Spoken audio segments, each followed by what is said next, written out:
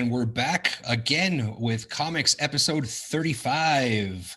We made it 35 episodes. We're here. We're 35. I don't think we're going to go ahead and stop anytime soon. So thank you for joining us. We appreciate you guys tuning in whenever you guys go ahead and tune in. So let's go ahead and get a roll call. I am Esteban, and I'm going to be your host for today. And I am Luis. Hello, everyone. I'm Carmen. And I am Ash. I'm Andres. All right. Welcome back, everybody. Appreciate you guys joining. Luis, my friend, what are you drinking today, sir? Sir, I'm keeping it nice and basic for today. So every episode we like Clorox. to... LaCroix. Drinking LaCroix. Getting some bleach up in this bitch. Every episode, aside from talking nerd, and we go into what our topic's on later on today, or later on in the episode, rather, we also like to go over a drink. We rotate what type of drink that you're drinking. So if you learn some nerd shit, maybe you can learn a new alcohol. So whether it be beer, alcohol, something. Today I am drinking whiskey. I'm a big whiskey fan. And I am keeping it nice and classy with Knob Creek. And it is it's a little punchy, but it's a very smooth whiskey. So cheers, everybody. Cheers. You're here. And Luis, kicking Yes, it, still staying with you, my friend. We got any comments this week? Yes, sir, we do. We have a couple. More than a couple. So every week also we like to read comments. It's your opportunity to be a part of the show, to just comment on our YouTube, Instagram, any of our social medias, and we will read them even if they're negative. So let us know your opinions. Like any interaction is good interaction. I feel like we have a negative one right now. Talk shit about Ash and we will read it. If it's about anybody else, we probably won't. And so I wanted to start with this one because on our YouTube, we like to, on occasion, we'll put highlights out for the episodes. We understand, sometimes you can't watch the full podcast episode. You'll watch a chunk of it. Something happens, you stop, and there's a lot of options out there, and we totally get that. And so, sir, we'll go back and scrub what we think is funny, and we'll put them in highlights. And so, one highlight in particular that we released this week was actually inspired from a comment by Heavyweight, and the comment from Heavyweight was, we had started a Spotify playlist that's spearheaded by our very own Andres. And it's aside from, again, here we are. We're very giving people. We introduce you to the type of alcohol that we like to drink, introduce you to the comic book and nerd perspectives that we all have, which are very different. We've learned 35 episodes in. And lastly, music. We have very different, distinct musical tastes, but it's all really, it's a very collaborative, bunch of music. And so we have this Spotify playlist that has you start with Sum 41, there's some rap, there's some reggaeton, there's some fucking reggae, it's all kinds of shit that's in there, but it all flows together and it's our style. So Heavyweight was commenting on it about 7 episodes ago that he doesn't have a Spotify, but that he chose songs for us. Yes. And then we read the different songs. And so the highlight is that clip. And we actually have a comment from Heavyweight. Fantastic. On that. And so it's really funny. I strongly recommend going in through our highlights to check that out. And it will be going up on our Instagram and TikTok soon. But in commenting of what he assigned all of our songs to be, he responds, I almost forgot how funny this all was. Me and my trainee are in tears. Thank you guys. Which... honestly, what better compliment do we need, guys? Absolutely. If someone can laugh at our expense, please keep that. Hey, man, you know what I'm happy about is that he was actually get his trainee to start following us. I think that's dope. Yeah, that's a G right there. Yeah, man. We love you, Heavyweight. And then on the next one, another one of the video content that we like to do is Comics Unboxed. Ash has subscribed to Loot Crate. And so every month, so maybe you're thinking to yourself, I think I want Loot Crate, but I don't know if I want Loot Crate. You're not sure. You're kind of back and forth about it. Ash has very humbly taken that dive and so he has subscribed to it, and he'll open up the Loot Crate box, and he'll reveal what he got, and he'll give you honest opinions and reactions of it. Fuck, I'm just waiting for the comment, bro. Like, oh, everything you're saying is like, It's called a setup. No, but It's called a setup. No. I'm just like, oh, fucking. Yeah, go to that part about me though. What do they say about me? In episode I hear you 3, loud and clear. He has a nip slip. It's gonna be it's gonna be crazy.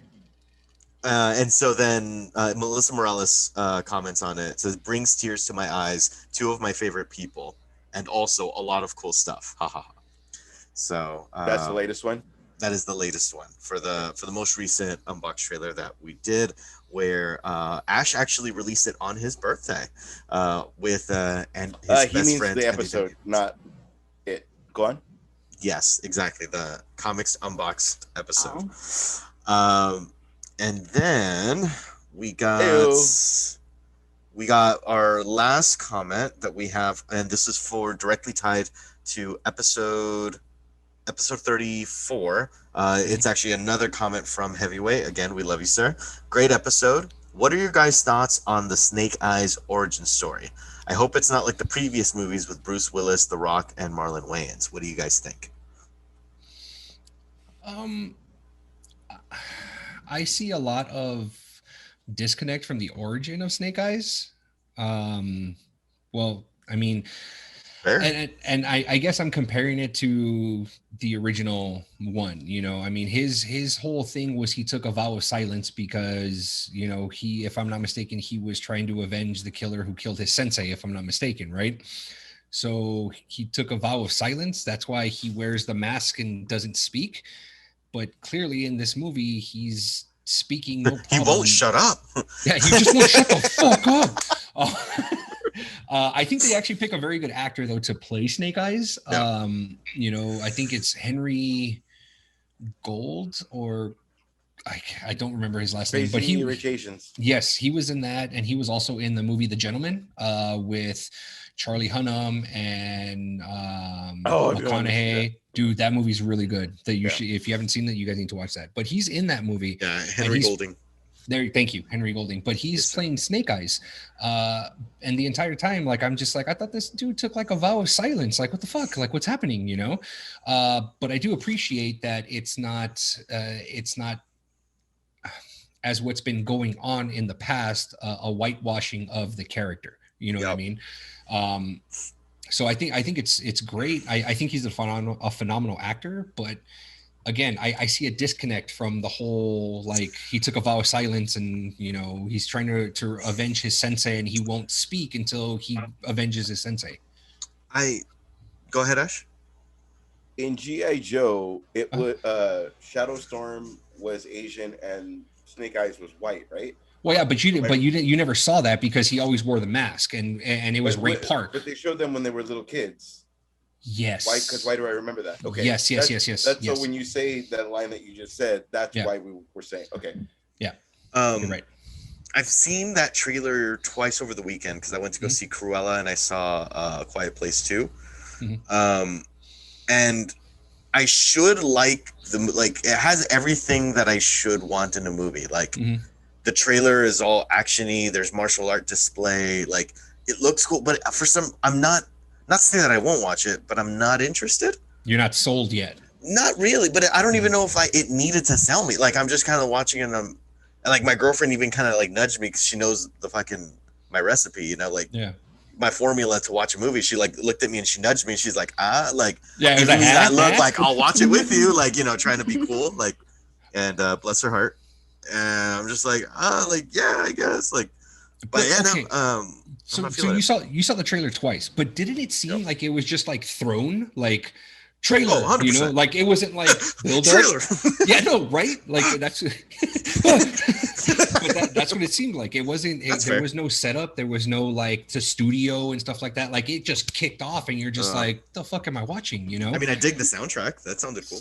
Soundtrack was actually pretty good, right? Yeah. Like, I think the soundtrack was pump me up, and then, but yeah, no, you're right. It is just kind of like thrown in, maybe to avoid spoiler, but I don't know what we'd be afraid to be spoiled. Hard to say. Yeah. So, But I mean, that's how I feel about it. I mean, I could very well be 100% wrong about the whole Snake Eyes thing and the vow of silence and whatnot. But Same. I mean, am I gonna watch it? Yeah, probably. It's G.I. Joe. It's Snake Eyes. I mean, fuck it. You know, like you said, Luis, that your recipe to watch a movie that's, you know, partly mine too. It's just like, okay, fucking martial arts and a sword. Fuck yeah, dude, let's watch it. You know? Yeah. Even if it didn't have martial arts and it just had a sword, I'm in. I'm in. Here's this guy that doesn't really know how to use a sword. I'm Watch in. He nearly chops off his leg. I'm in. Isn't it amazing that it can show like as charismatic as you can be, the most interesting thing is whatever you gravitate towards. Right. Like it's not The Rock having like G.I. Joe 9. It's like everybody was still stuck on Snake Eyes. So like that's what you know what I mean? Like that's kind of cool. Like fuck. If you want to see Optimus, you want to see Optimus. Like when it went over to fucking Grimlock, I was like, Grimlock's cool, bro, but you're no Optimus. So like, give me back Optimus. Like when they were trying to, that's all I mean. Like just still Starscream too. Starscream is awesome, but it's just what I mean. You gravitate towards the specific people and you want that to happen. And then they're like, but we have John Cena as fucking Grimlock. And you're like, I'm so cool with, I still want this. I still want Optimus. Yeah. We want this. We need this. But I know I'm doing two different franchises, but I'm just trying to give like you. Channing Tatum was Duke. Yeah. Right. Like. Yeah. You still want Starscream? I mean Starscream. I'm still going back. You still want fucking the name. Where's Optimus? For the last time, this is G.I. Joe. There was a crossover in the 80s. We're not in the 80s. The director's yelling directly at Ash. Right when you said crossover, I thought of the Fast and Furious Jurassic Park bullshit. Oh god. Jesus. That better not happen ever. You know it's going to. You've seen that meme, right? So what are one things dinosaurs can't kill? And it's like Vin Diesel's his family. It's so stupid. There is a TikTok where they explain like the one rational way it could work. And it sounds actually pretty awesome. Right? It sounds like if you do it exactly Luis, like no, that, it doesn't. cool. They're racing like in Hawaii or they're gonna be in a car and fucking the Tyrannosaurus Rex is gonna barely miss him or something stupid. He's like holding the jaws open, like and it's gonna be Vin Diesel like, I've done this like on Wednesday. Like, what are you showing me? Like, he's not gonna be worried about it at all. No, it's gonna be one of those. No, it's gonna be Ludacris and the model Tyrese going back and forth like, is that a motherfucking dinosaur? Like it's gonna be like just back and forth when Vin Diesel like, oh, this is a Wednesday to me. Like, oh god, it's gonna be so fucking bad. And Fast it's gonna be so good. 12. It's gonna be so good that I'm gonna eat my shit. Like, hey, so that was good. Fast and Jurassic. I don't know what the title would be. If you can think of a good title for the Fast and Furious Jurassic Furious. Comment. Jurassic Furious. Fast and. Oh, that's gonna be a good thing. No, I was gonna say Tokyo Park, but Tokyo is the one they pretend didn't happen. Yeah. It's gonna be one of those. Yeah, you're right. And then Vin Diesel's gonna like make a hard screeching turn and just gonna go right under the T-Rex. Yep. Like a just between his legs. It's gonna be so as he's fucking. And then there's gonna be like a brontosaurus or something like. No, but thing that say, oh, it's gonna be. But the where you were saying it's Ludacris and Tyrese going back and forth. Is that a motherfucking? And it's just like velociraptors on each side. Yep. Chasing them. Well, Michelle Rodriguez is looking hot, doing something crazy, like fucking on the hood of the car, jumping on a fucking Stegosaurus, and like, it's good. See, everything is horrible. Don't do this. And then all of a sudden, you're gonna see a fucking pterodactyl come in and pick her up, and then fucking credits. Right. But it's gonna be like the flounder, where like you find out the pterodactyl's good. Like it's gonna be not great because the pterodactyl's family, and it's somehow related to fucking Vin Diesel. Like, it's gonna great. Somehow, it's gonna be great. That pterodactyl's my dad. Like, no, homie, stop. Gave him a dumb accent, dude. That pterodactyl's my dad. Vin Diesel is Vin Diesel is a pterodactyl. Luis, was that the last comment that we had? that was the last comment. We can move it on along, good sir. All right. So there was some news that actually Regina King was actually surprised that she was on the short list to direct the Superman reboot. Me personally, I'm actually pretty excited about this if she is picked to direct the Superman reboot. What does everybody think about this, about Regina King possibly being the director of the Superman reboot? Carmen? I was looking up what projects she has worked on, and it's actually pretty impressive. Everything that she has worked on, so that seems pretty exciting.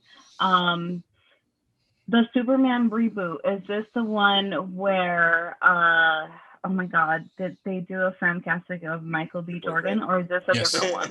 No, yeah, it's that one. It's that one. Oh, okay. I mean, he's like, I'm in. Yes, but no, it sounds good.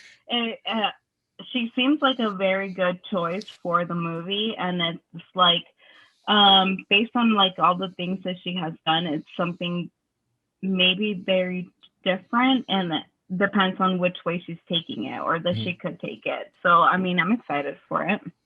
Very cool. Andres?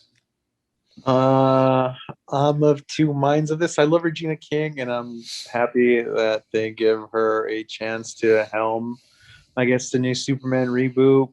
But I also kind of want Henry Cavill as my Superman, so I don't really care for a reboot. So I'm undecided as of now as if I will watch, but I'm happy that it's Regina King because I've loved her work for many, many years since I was a boy. So I'm happy that she's getting, well, since it's not 100% guaranteed that it's hers, but I'm glad that she's being considered to helm it. So yeah, I'm a little conflicted, I guess. Oh yeah, I mean, it's the one thing that we've always talked about. Henry Cavill really didn't get, a chance to prove, or not prove, but show what he can do with the franchise. He got muddled up with all this crap that WB is doing. But I agree with you. I mean, we're conflicted. Regina King's great, as an actress and a director. But then again, I want my Henry Cavill series. So Ash. It could always be an alternate universe thing. It could always be a whatever. Regina King to me is almost another Jon Favreau. Character actor where like, fuck, I'm the wife in Jerry Maguire. I'm the sister. Then I'm the wife because of age and whatever. And like, she just crept up into being like the shit, like slowly but surely, without just being like, and I'm Angelina Jolie. Like, it's just like, she did it like perfect, because she was in like 70,000 movies before she was Regina King. She was always like, oh, that's that person that was in that one, like on 227. She was the daughter in 227. But like slowly but surely, and now she's like Regina King. Like, she just fucking did it awesome. And I think The Watchmen kind of told us that she would handle it respectfully, and it wouldn't be like Mel Gibson doing a fucking comic book movie. Like, she would handle it like a Jon Favreau. Like, I'm gonna do all my research so that this gets successful, as well as my love for filming. So it could be awesome. I'm of the opinion, like, if you replaced Henry Cavill in Man of Steel, like, I would have been like, I'm cool. But like, now it took me a long time to accept him over Christopher Reeve. So like, if you just give everybody their own universe, or however the fuck you guys want to do it, like, cool. Just some people have Ben Affleck, and some people have this, and just don't try to fucking build a franchise and put Jason Momoa with blah blah blah with, these are all the things that work, unless it's like a Flashpoint or whatever you want to do. But just, that's it. No. I didn't mean to, I didn't want to cut you off, but the problem with that is I know you want it to be an Elseworld or another universe type thing, but WB is coming out saying that it's going to be Kal-El, but they're just changing his race. He's going to be a black Superman, but it's going to be Kal-El. You know what I mean? So that's what they're doing. That's what they're saying, and a lot of people are upset about it that they're doing it that way, not because it's going to be Kal-El as a black Superman or as a black character, but it's because it looks like WB's trying to sweep under the rug everything that happened with Ray Fisher. You know, here's what I hate, and it's not a don't change my shit rant. It's we're gonna try this and it doesn't work, and then it's your fault it didn't work because you guys can't accept women as these characters. You guys can't accept black people in this character. Like, no, it's not our fault. It's all of our fault and not fucking 10 people's opinion of we should do this. Like, it's not our fault. Yeah, no, I agree. That's all. I agree. Do your thing though. Spend all your money. I hope it's awesome. Just cool. Yeah. So I tap. You tap? Yeah. Luis? Tap. Do your thing. My biggest concern was I knew she's been acting forever, but what has she directed? And so I looked into it, and I know you praised the movie One Night in Miami. Yes. And she directed that. So her most recent films that she directed was One Night in Miami, 2020, Let the Church Say Amen, 2013, The Finest, Story of a Village, Animal Kingdom, Pitch, and Being Mary Jane. That's her directorial credits. So I think that was my biggest concern more than anything, was that I would feel more comfortable with giving a helm. Like, I feel like Superman has been Warner Brothers like redheaded stepchild. Hasn't been getting a whole lot of love, and again, no disrespect to her. I don't know what her vision is for the project. And we've spoken about this before. Obviously, she knows the weight. Not her specifically, but anybody coming into Star Wars, Marvel, DC, they know the weight that comes with that property. So a professional would take it seriously, you know? So, but that's my only thought. It's like Warner Brothers, like when it comes to Batman, hey, big guns, let's fucking fire everything. And then Superman has kind of been getting the short stick, which sucks because there's plenty of wonderful Superman stories to be told, plenty of them. And we haven't even touched the surface. Like, even Man of Steel was headed in that direction, and then Batman vs Superman, it turned into like a Dark Knight Returns story, and then it was supposedly initially as a Superman sequel, and then it just morphed, and then it turned into what we got. So that's all. But I'm hopefully optimistic that it'll get there. Would you have liked Superman 1, 2 with a little bit of an Easter egg? Like, that's where we're gonna go, and then maybe Superman 3, and then like Batman versus Superman, like something like kind of like when we saw Batman Begins, and they like, I'll look into it, like the fucking Joker card, like kind of like you're like, kind of a thing. Right? Yeah, I think so, because in the Batman case, the way that the Dark Knight trilogy did it is it felt so grounded, and even though Scarecrow was one of his rogue gallery, like it looked so grounded. So for the uninitiated, it's like, oh, it's a dude, and everything that you've presented to us makes sense. Like, this can genuinely happen. Nice. And so the idea of Joker, which is famously known as his biggest villain, it's like, they're going comic booky, like, and it was such a thing. And so then when it was announced, confirmed that it was in the second one, it's like, okay, here we go. But then even that one was a very, like we spoke about this in the last episode, it was very long Halloween, and it was like taking baby steps to being comic booky, right? So in the Superman world, in Man of Steel, my personal opinion, a big chunk of the storyline was him deciding whether he was like who he was going to be as an adult, you know, like save one of the lines that I love. It's like, save them or don't, like, you don't owe them anything. The dad telling him fucking little kid Kal-El saying, he's like, what was I supposed to do? Let them die? He's like, maybe. Because he was trying to keep them concealed. But then that's that big morality thing. Like, do I expose myself and risk my life and the safety of my family that I'm this alien, or do I save these lives of these kids that are in this bus? One of them being a bully that bullied me just the scene before. Like, it was just very powerful shit. And for him to constantly do the mental tug of war in the following film would have been so much more impactful. Oh, absolutely. So that when Batman vs Superman happens, the viewer is conflicted because we love both characters. Mm-hmm. You know what I mean? So I don't know. I mean, but then again, here's this guy that fucking is nowhere in the movie business and is trying to tell DC how they should run a movie. So the fuck do I know? But yeah, you know the characters, and it's not you're not trying to make a studio that like, hey, comic book fucking movies are doing the shit. Like, hey, let's throw in fucking I was gonna say Madonna. That's how referenced I was gonna be. Let's throw in fucking Dua Lipa, like for no reason whatsoever. Yeah, I'm okay with that. Not even an actor. We're all okay with that. Obviously, but that would be like the fucking Go Ninja Go. You can figure it out. You're not gonna make fucking Vanilla Ice like Donatello. You know what I mean? Well, Madonna, Dick Tracy. Sorry. It's also true.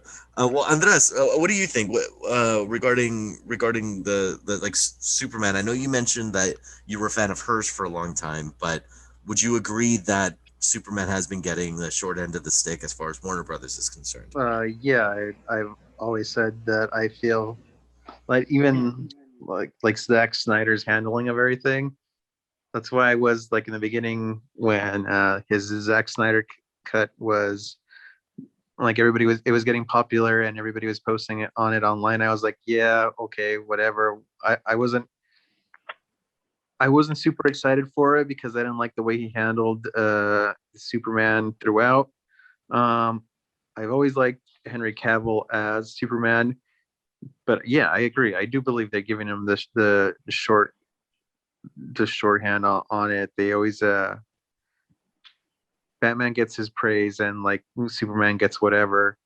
And I felt that they handled it wrong, and they should have, like you guys said, and I had originally said it from the beginning too, in our previous iteration of the show, where they should have made you fall in love with Superman first and Batman, and then have them face off, and then do the Doomsday thing in a separate movie. But yeah, so that would have felt more like not that they're trying to be like Marvel, but like Civil War. You were conflicted as a viewer to see Iron Man and Captain America go at it. Yeah, you're supposed to gain an attachment to both of the characters, so there's a conflict. So you have Civil War. So you have people signing up, oh, I'm fucking Team Batman or I'm fucking Team Superman.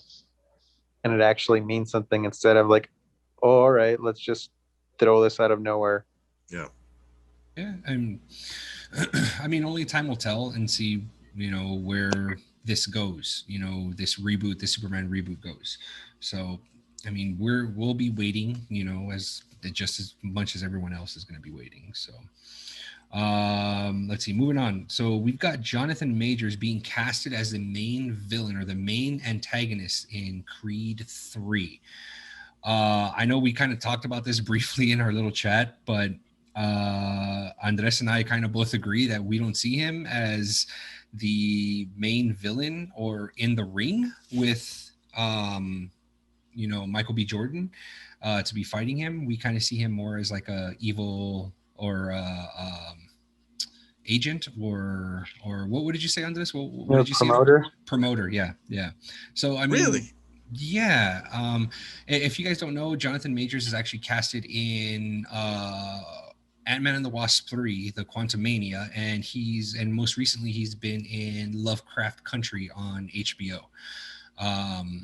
So if you guys want to check out some of his work, check out that series on HBO. Yeah. But I mean, that dude is fucking ripped though. Like, really? He is fucking jacked. Like, cause he's military. Well, very recently ex-military. He or in Lovecraft Country. The first 2 episodes were amazing, and then it got weird. But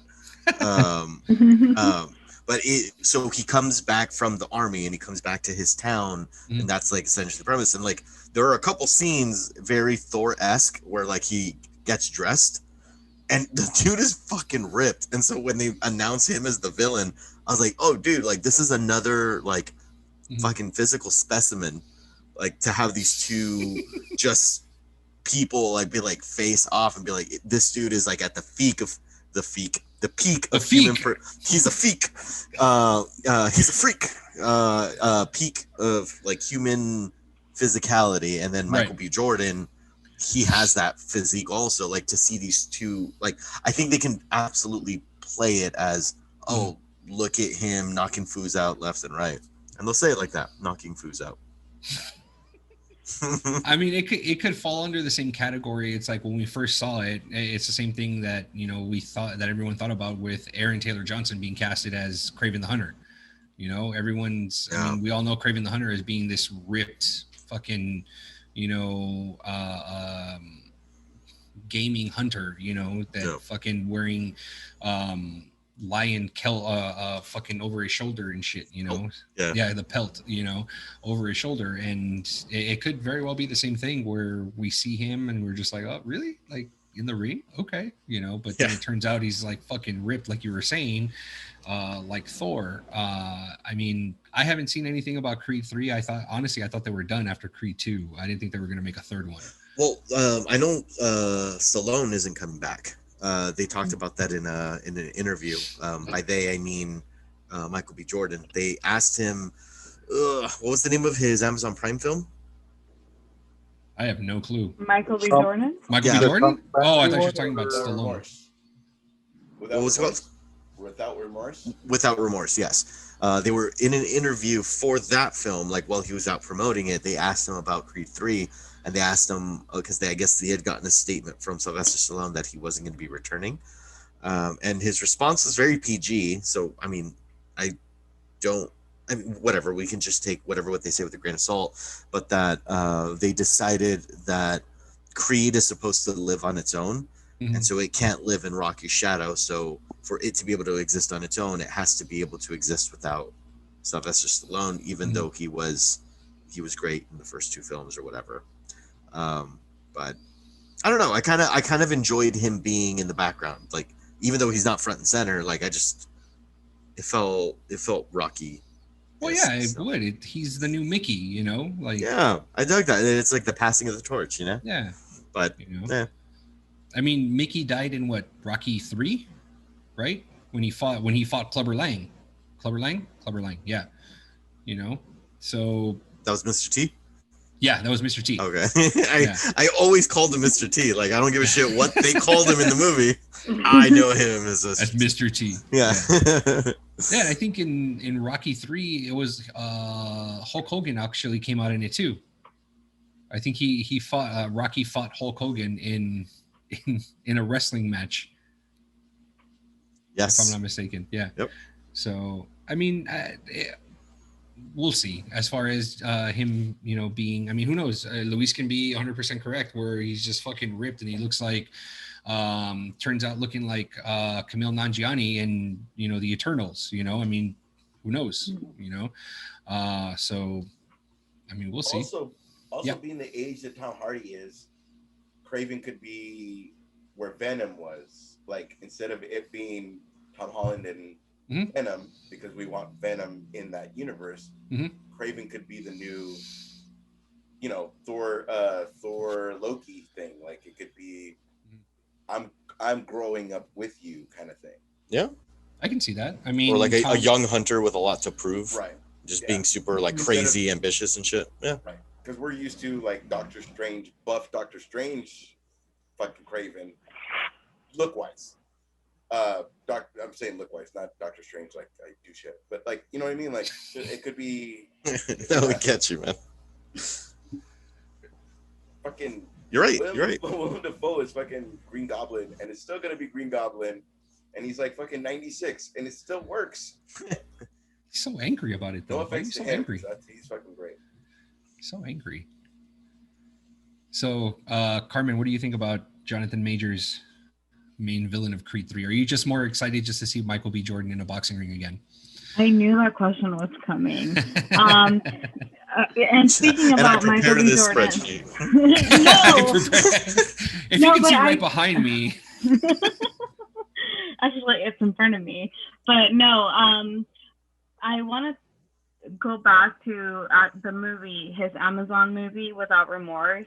Yep. I actually didn't care for it. I did watch it, and I turned it off, and then I started again, and I watched the whole thing. So it kind of lost me. I mean, if I had to give it a rating, it would be like a 5 out of 10. It's kind of like what you watch when you like have nothing else to watch, like background noise type thing while you're on your phone and shit. Exactly, and which I was pretty shocked at, just because the trailer looked pretty enticing, and I do gotta say it's similar in the storyline of oh my god, the Statham movie, the Wrath of Man, and like just comparing the two, like Wrath of Man was like a 9 out of 10 for sure compared to this, and it was very similar storylines. And so I'm kind of a little like about not Michael B. Jordan as a specimen, but itself. But you know, like, don't give me that face. I didn't give you any face. No, not you two. The other one over there, but it's okay. Ash is the other one? Yeah, yes. You know, those people. What do you mean by those people? No, I did not mean it like that. You just made it 100 times worse. I know. I just wanted to hear you gasp. So, going back to Creed, I like the franchise of Creed. I do think Sylvester Stallone is a good background character. I'm sad to see him not coming back for the third one. I didn't know that Michael B. Jordan is actually directing Creed 3, which is a little shocking. I had no idea. And I mean, if it's his first project, has he directed anything else? I don't think so, right? I'm looking into that right now. Keep talking. Okay. But if this is going to be his first project, I mean, I wish him luck. But as far as the actor, Jonathan Majors, I have not watched Lovecraft on Netflix, so I don't really know much about him, but the pictures that do come up when you look him up, I mean, he does look like a ripped dude. So as far as being an adversary, I guess. Yes, Ash. Same time, we never saw Jake Gyllenhaal build himself up to be Southpaw. Oh, dude, that movie was you give the guy, hey, you have 6 months. You have access to stuff.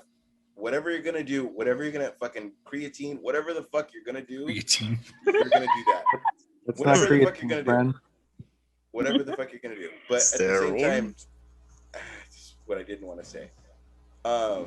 Rocky's you make it sound like Jake Gyllenhaal's gonna come after you for saying that he used steroids. Not him. I'm saying for the person that gets approached. Fuck. Oh. Hey, Luis, you're gonna play fucking Ivan Drago's son in 6 months. Do you think you're gonna go up as Luis, or do you think you're gonna fucking all right? Well, it's $2 million. Looks like I'm gonna do nothing but work out for 6 months. Yeah, exactly. That's all I'm trying to say. No, you're right. Yeah, that's all. And a lot of the like intense scenes that you have to see them, it's like okay, like the first week of shooting, it's like okay, any scene where I have to be without a shirt, let's shoot those now. Because then I'm gonna come down to be like while you're like, fucking not Logan. What the fuck? What's his actual name? I'm sorry. Hugh Jackman. Thank you. Fucking after every take, would do like fucking dumbbells. You know what I mean? Just to fucking, I need to always look like Wolverine. Jacked, yeah. Even during the fucking filming. I could only and he's imagine, super like dehydrated too, like during those scenes where he's without a shirt to make him look all cut up and stuff. Like that poor dude. It's for the protruding veins and stuff like that in his arms and it's his body like trying to get fucking water. It's like, for the love of God, give me water. And that's after the 5 times he's already played Wolverine. Right. So this is your first chance to play this person. Before we get hold on 1 second. And then if the rumor is if he's gonna play Clubber Lane's son, which also kind of takes away from, if you want to really go away from Rocky, then this next bad guy needs to not have anything to do with anybody's son, anybody's anything. It needs to be a whole brand new guy, like a brand new up and comer, whatever the fuck it has to be. That's all. Luis. Just before we got too far off topic regarding Michael B. Jordan on directing credit, he has one that is in development right now, and the movie is called The Stars Beneath Our Feet. So Creed 3 can potentially be his second project. All right. So doesn't leave me with a whole lot of confidence, but yeah. If Hugh Jackman directed a Wolverine movie, who knows Wolverine better than him? Other than Stan Lee, of course. Well, but, true. You know what I mean? Like, if I hear he's you. been playing that character, like, Kevin Smith directed The Flash, and he had no idea about the actual special effects of it. I just need to get across that the feelings of everybody, right. And then everybody gets across the actual what we do every week. It could be like that, man. It could be great. It's true. We were talking about that too, right? Like, as long as you have like a good second in command, when we were talking about Spawn and shit. Like, no, you're absolutely right, Ash.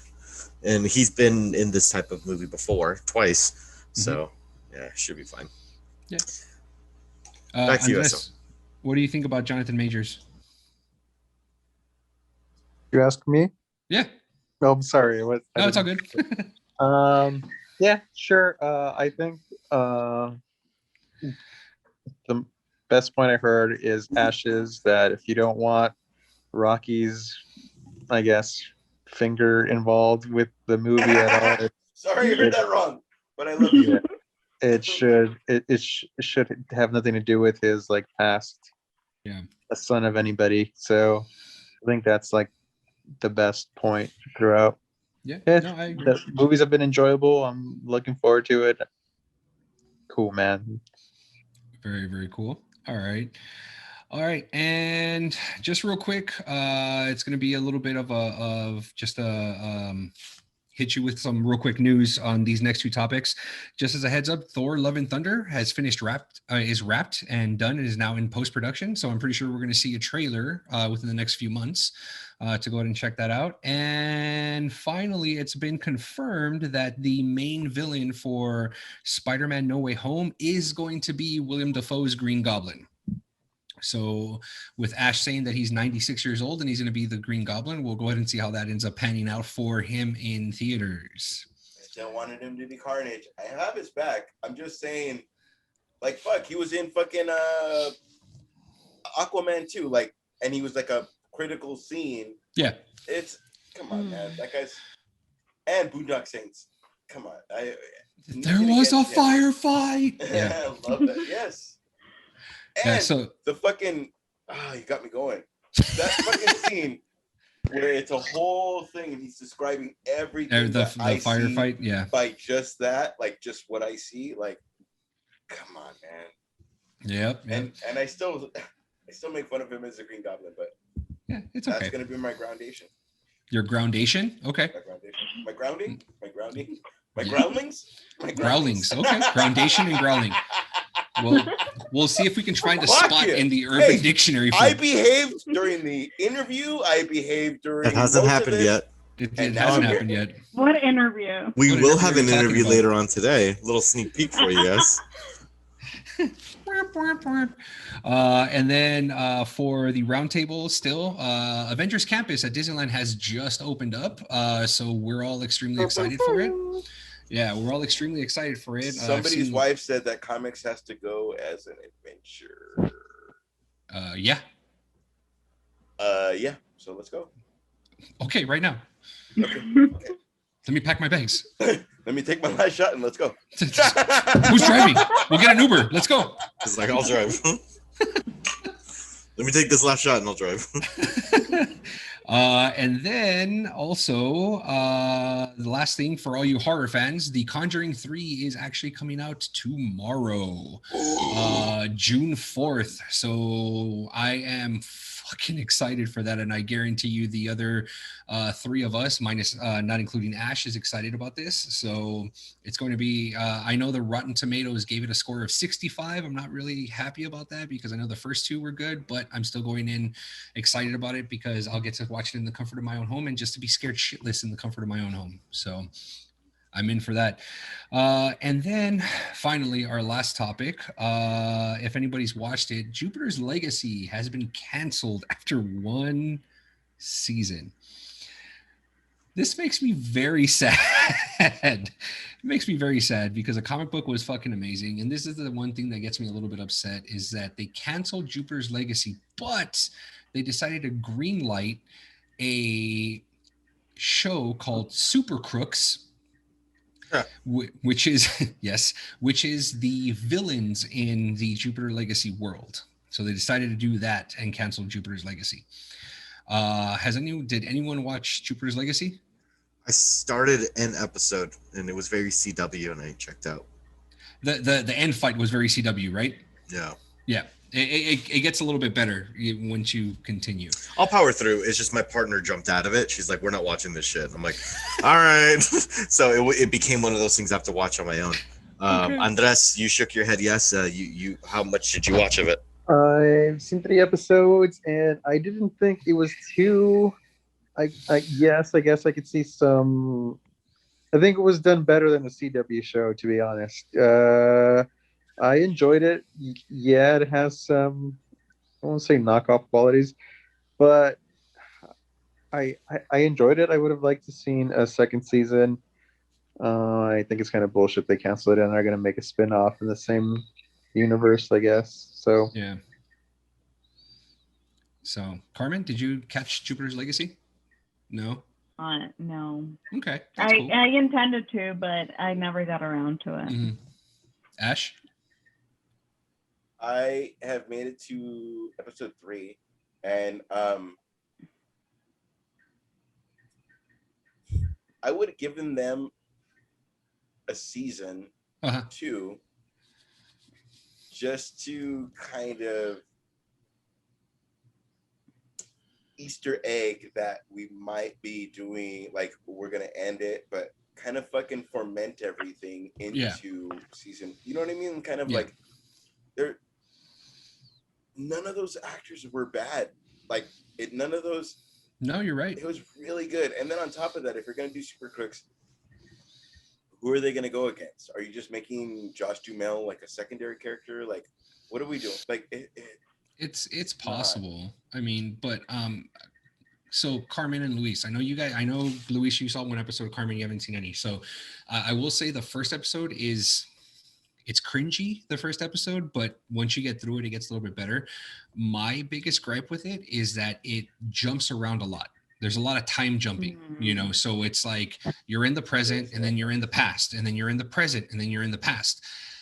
Since it is 8 episodes, I would have probably preferred the origin story, like the first 3-4 episodes, and then the tail 3 episodes as kids and then just grow them up. Yeah, well, gotcha. and here's the thing: the very first episode is the only time that you see them as fucking kids. The rest of the time is the origin of mom and dad when they ended up getting their powers. So it's like you flash back to the Great Depression, then you flash back to current times, then you flash back to the Great Depression. So you're constantly going back and forth. So that should have been the whole first season, and then the second. Sorry, I might have cut you off for that. No. But that's what I'm saying. It's 8 episodes. Yeah. Make the first 3 strictly in the Great Depression, and then see it grow into present time. Instead of the constant jumping back and forth. The dynamic is fantastic between how the dad's trying to keep everything together, trying to keep everything, kosher and to follow this code that he put together throughout the entire season. So it's very much, it doesn't follow the comic book to the T because I have read the entire series. It doesn't follow it to the T, but what it does do is it does replicate a lot of the scenes in the comic book very well.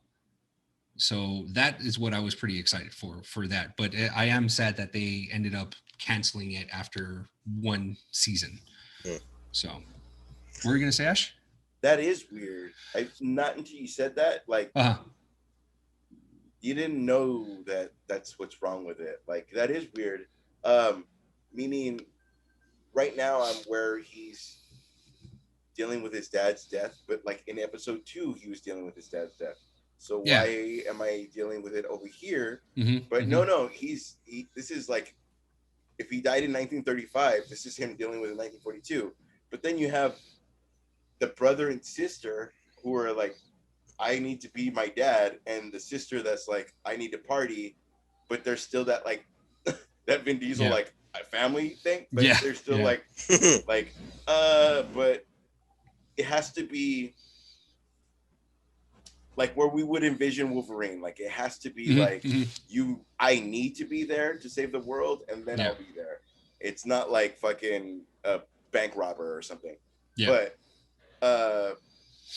But this guy is like the Cyclops, I need to fucking be the absolute, because you are trying to be Superman. So it's just very it's a lot of storylines together, and then you have the brother, and then you have, and I'm telling you, that's 3 episodes in, and you have the brother that's dealing with the business, and then you have this other, oh my god, it's a lot of moving parts. I didn't even think about that till you said that. That's awesome. A lot of moving parts trying to make sense in 8 episodes, when if you look at it, I just told you from episode 3. And that's what I'm saying. If you're trying to break it down and make it understandable, or make it pleasing to the eye, don't do the time jumps. Make it Great Depression and then dealing with it now. So it sucks that they canceled it. Be very specific. Yeah, or that. Even WB goes like 1942, blah blah blah. Yeah, they don't, and that's and that's the thing. They don't even like put the like Ash was saying, like in the CW, they don't even put like the date down or what planet they're on or whatever. It just cuts to them young again, and you're like, okay, I guess we went back in time. They're depending on the audience to be like very, you know what I mean? Yeah. So and it falls into that category, kind of like DC, where it's like they're expecting you to know these characters already, to know them, and you guys should know this already, but it failed, and it is what it is. So right before we go ahead and kick off our interview, I got 2 questions for you guys, and we'll go ahead and start off. So question number 1. Who is one fictional character that you just want to just punch in the face? Any fictional character. I got it. Go. Dennis the Menace. He's a piece of shit. And the boy, you piece of shit. I don't give a shit. I believe this man believes in equality. Everybody that's listening at home, I hope you guys can play along too. Drop in the comments who you guys would punch, which fictional character you guys would go ahead and punch in the face. So Luis is saying Dennis the Menace. Carmen.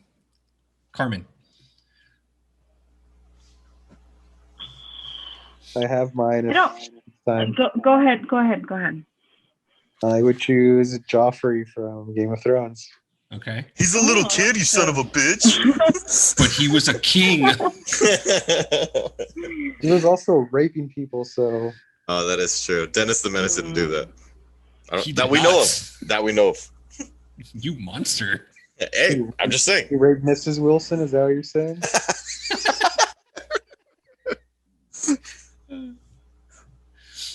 I don't know the character's name, but it was Nicolas Cage as the character that he played in the movie Lovely Bones. That character for me is really dark, and I cannot even watch any movie with Nicolas Cage after that movie came out. Nicolas Cage was in Lovely Bones? Is it not called Lovely Bones? Hold on 1 second. Okay. Lovely Bones is the Stanley Tucci. Yeah. And Mark Wahlberg. Oh my God. You've been hating on Nick Cage, and it's been someone else. I have been hating on Nick Cage this whole time. That movie, because I totally thought it was him. It's the hair. It's the comb over, huh? It's the comb over that did it. You know what? Yeah, it is. So it's Stanley Tucci. Tucci, yeah. Yeah, that character in the movie, I can't. I will say, and I avoided all Nicolas Cage's movies. I hate Stanley Tucci so much. I will never watch another Nick Cage movie. He just reminded me of Nicolas Cage in that movie. I said, "Fuck him." He did. I swear. It's the comb over. No, I mean, if you guys haven't seen Lovely Bones, Carmen's hitting the nail on the head. Stanley Tucci is fucking creepy in that movie, from his blonde hair comb over to the bright blue contacts that he's wearing. It is like he's on another plane in that entire movie. So yeah, I can see that. Ash? Sorry, Nick Cage. My apologies for my hate.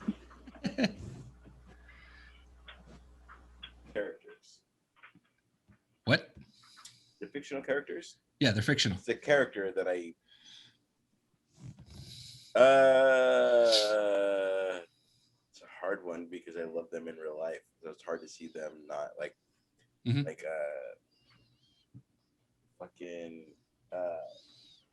this like Matt Dillon plays a great jerk, but like Matt Dillon's awesome. You know what I mean? Spit it out. Shit.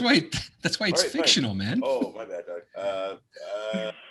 Rodney Dangerfield in Natural Born Killers. Rodney Dangerfield in Natural Born Killers? That's the equivalent of you spitting in my face. So I know.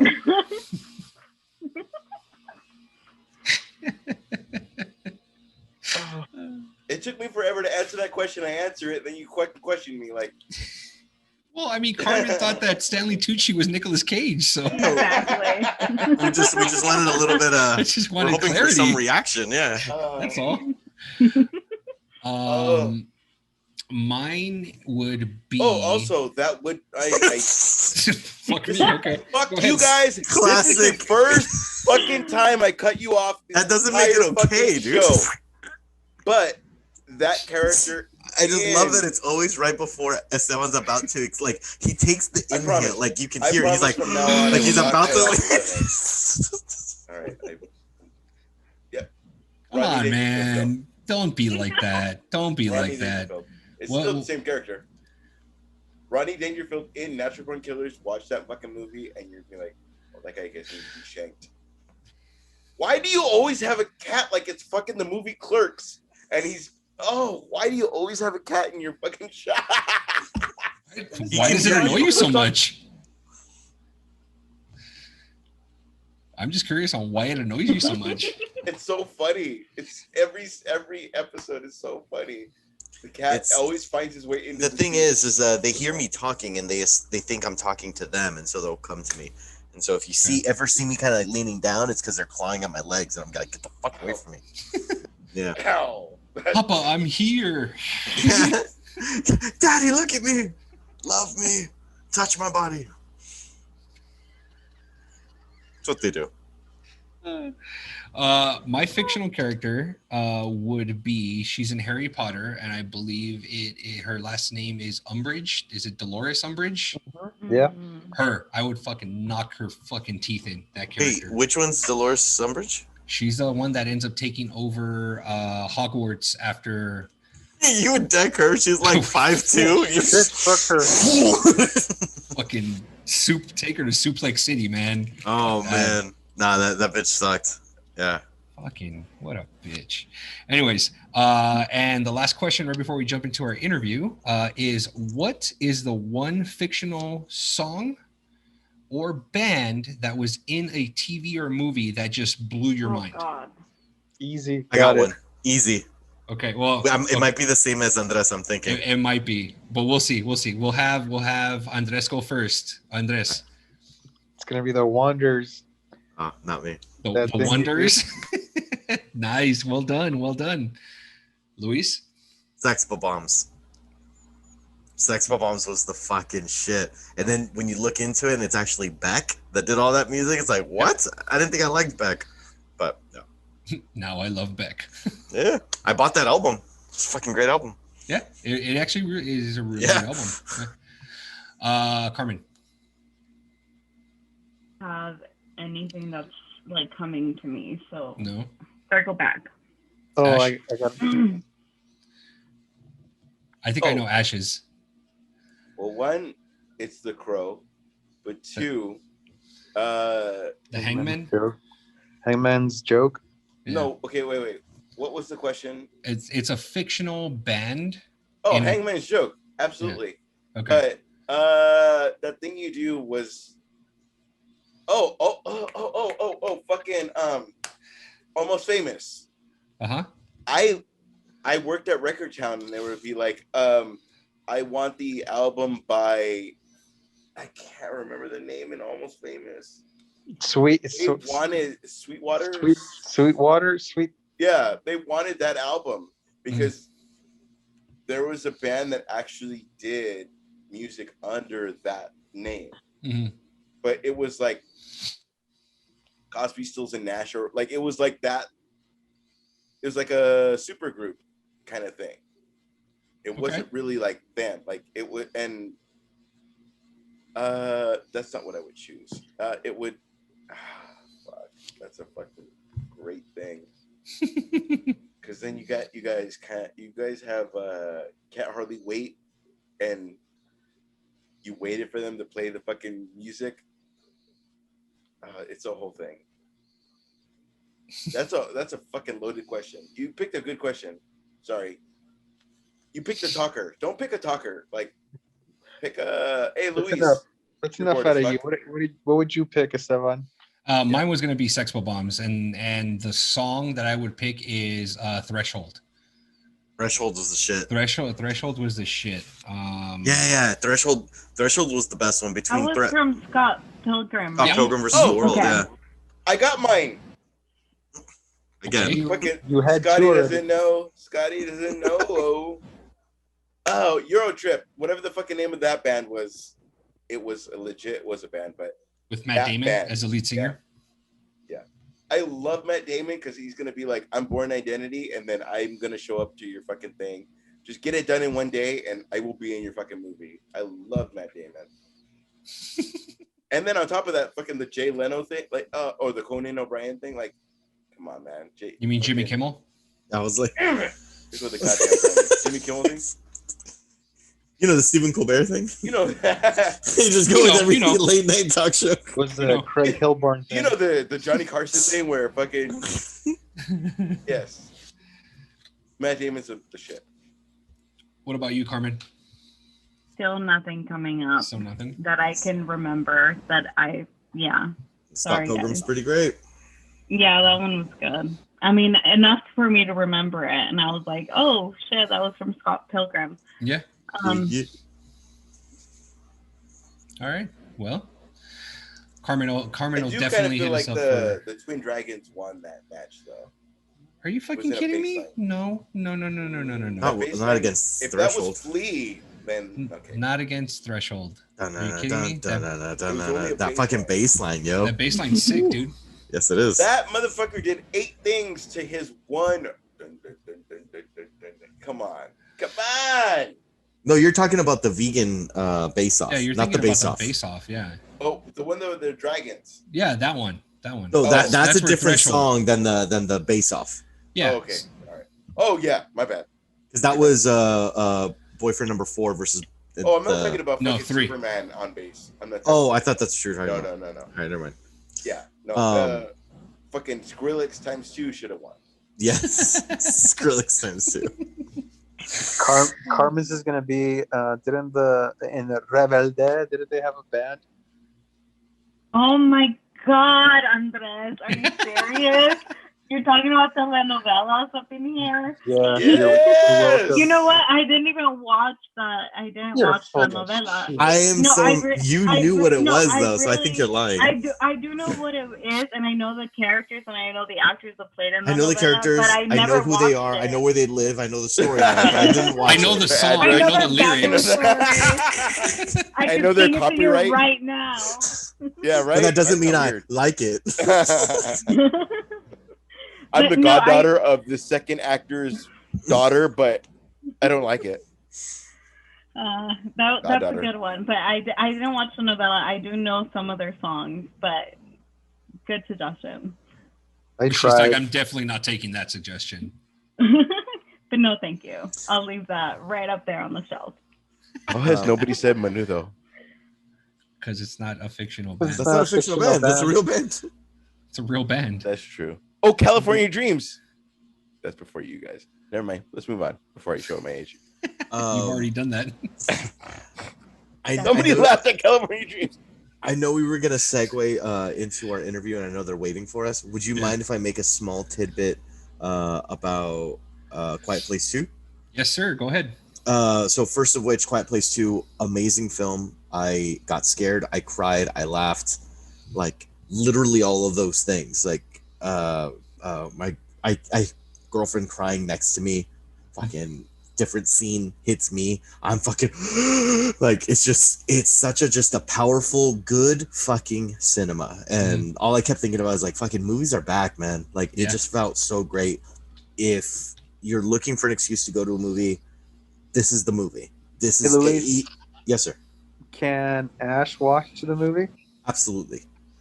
Because Dude, I was telling one of my coworkers about it that isn't a fan of horror. I'm like, it's not really scary though. It's more of a, this is the world that if you can do Walking Dead, you can do this, because it's like, this is the world that they live in, and then here's drama. So kind of like The Walking Dead, where Ash, it just so can happens you do that the world. Dead?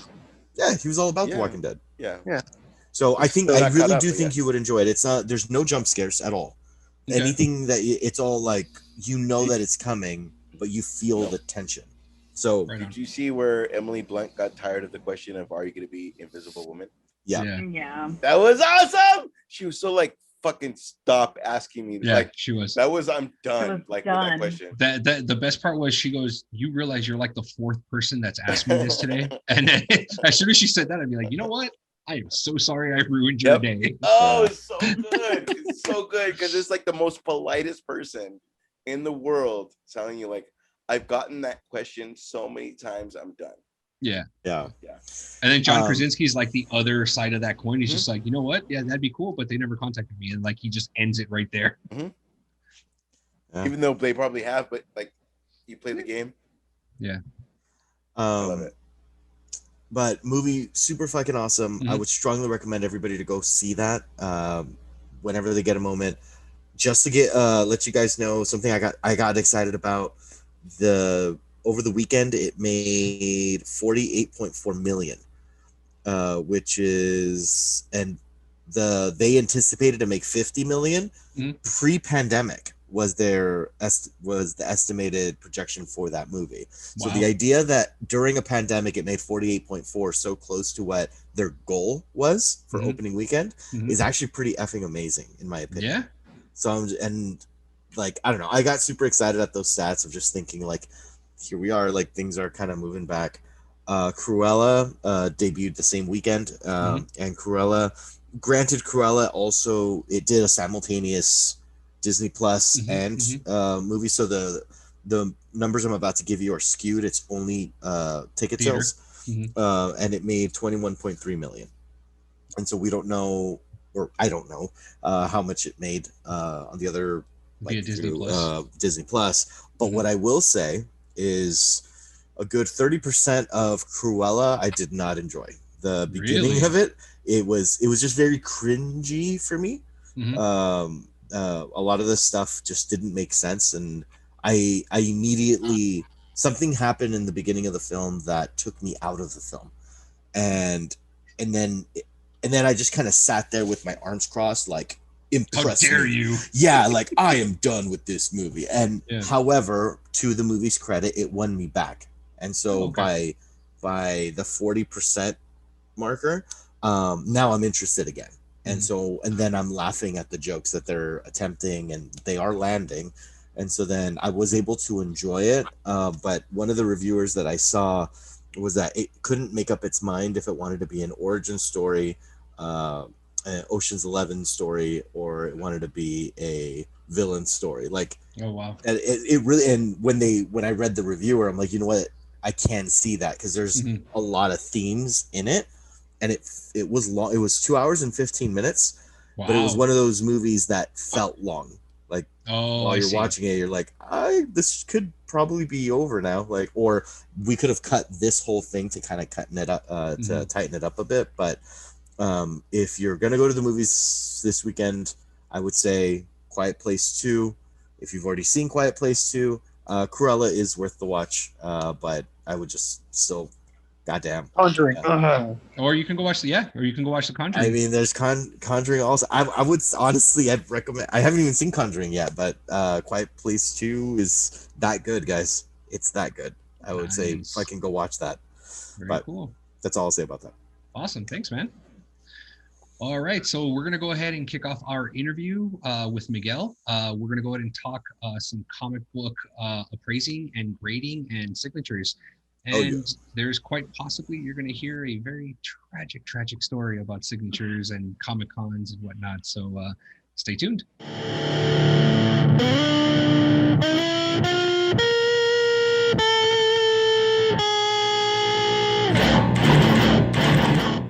All right, everyone. So this is the part of the podcast where we actually bring on a special guest. This week, we actually have a really good friend of mine, Miguel. He's going to go ahead and talk about, Ash too. I'm sorry. Ash's friend too. My bad. He's Ash's friend too. He's so angry about it. But we're going to go ahead, this segment, we're going to go ahead and talk about graded comic books. So if you guys are super into comic books and you guys want a deep dive as far as story, I highly suggest that you guys hit up Comics Alliance, one of our really good friends. If you guys want an extremely deep dive as far as comic book stories, what to pick up, what to read, things like that. This one, we're going to talk about graded comic books. So there's going to be about three different companies that actually do the grading, and we're going to go ahead and break them down. And Miguel brought some treats to show us about what we have, and I brought some of my stuff too. So Miguel, take it away. Introduce yourself, my friend. So I'm Miguel. I'm good friends with Ash and Esteban. We used to work together basically in the same areas. All of us basically were into comic books, and so that's one of the things that really got us close together. Pretty much lovers, to be honest. Well, yes, that too. But we hid that from work. I didn't want to sign the consent form at work. Oh, you took it from me. That's the exact same thing I'm gonna say. But yeah, basically, I brought some of my books. I've collected since I was a kid. It's around like 5 years old, so close to almost 30 years, and I've got over 5,000 books. And I've just recently been grading them, the ones that I really, really like, and brought definitely some keys for you guys, so at least that way you guys can enjoy. Right on. So real quick, we'll talk about as far as the grading. So like I was saying, there are 3 different grading companies out there right now. So the number one is CGC. That's the King of Kings as far as grading goes. And then the way I see it, it's CGC is the King of Kings. Right below is CBCS, which is the offspring of CGC, because the guy that started, correct me if I'm wrong, Miguel, the guy that started CGC left CGC and then created CBCS. And then, as I would call the redheaded stepchild, is PGX. I want to say there's one other one that it's kind of hidden in the dark that we just don't remember, or we choose not to remember. Oh yeah, see, there's that. So, but yeah, CGC is, like I said, is the tier, the one up there. It's a membership. Same thing with CBCS, to go ahead and sign up with them and then go ahead and get your comic books graded. They even have signing events where the comic book artist and writer will show up, and you can send in your books and they'll have them sign it and case it and, go from there. So Miguel, how did you get into, I know you've been collecting comic books for a long time. How did you get into the grading? I actually got into the grading just only because a friend of mine that I just recently became friends with him. He went ahead and he has a shop, and he went ahead and I saw some books that he had, so I was like, okay, I'll go over. And they were completely, encapsulated everything. And he's the one who actually told me, I should go ahead and start getting my books graded, just only because of the fact that they preserve them, they keep them, perfect, or at least as perfect from what they already are. and then they get a grade.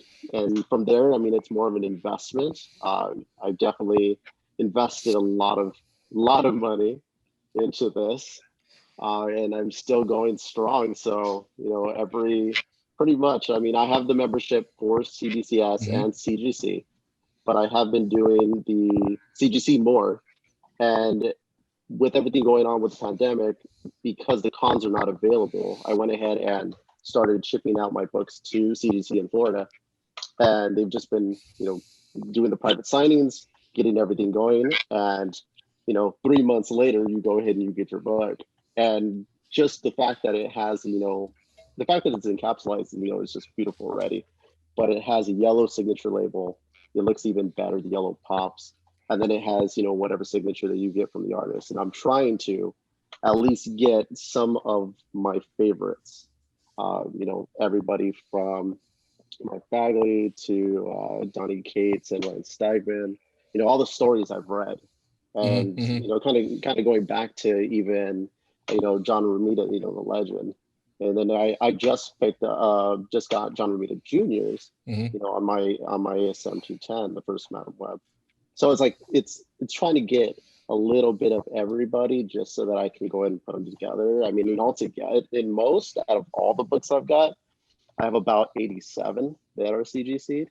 Okay. Just only because I just started last year. Yeah.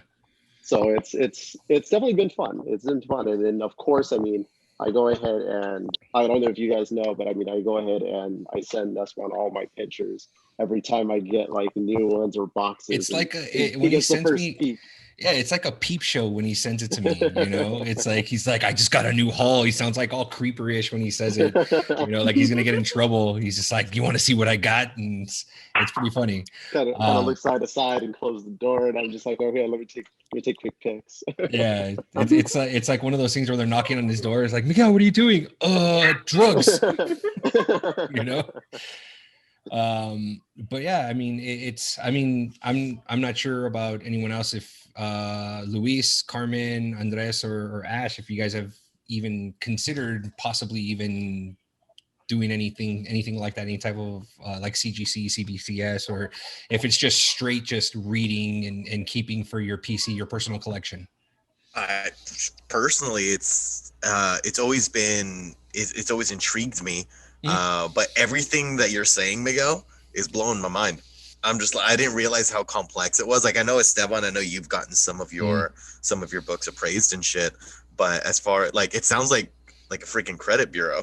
Like, there's 3 credit bureaus. Experian is the one that we look at the most. No one gives a shit about TransUnion. Like, and just like the way that you're spitting all this, I'm like, dude, I would be the guy that would invest in that one that you guys all say you choose to forget about it. Like, that would be me. And I'll be like, oh, I spent so much money. Like, you know, so it's a whole other world. It really is. Once you truly go ahead and dive deep into it, I mean, there's ways to get your books that you want, and you'll be able to go ahead and, of course, because each one will grade them.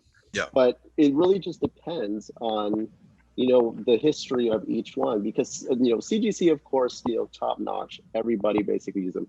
Everybody knows them. So they grade pretty hard. And of course, whatever you get, I mean, all of us are, you know, we're crossing our fingers for a 9.8, 9.9. I mean, that's, you know, 9.9s are kind of like unrealistic. It's like, you know, finding unicorns, but once in a while you do.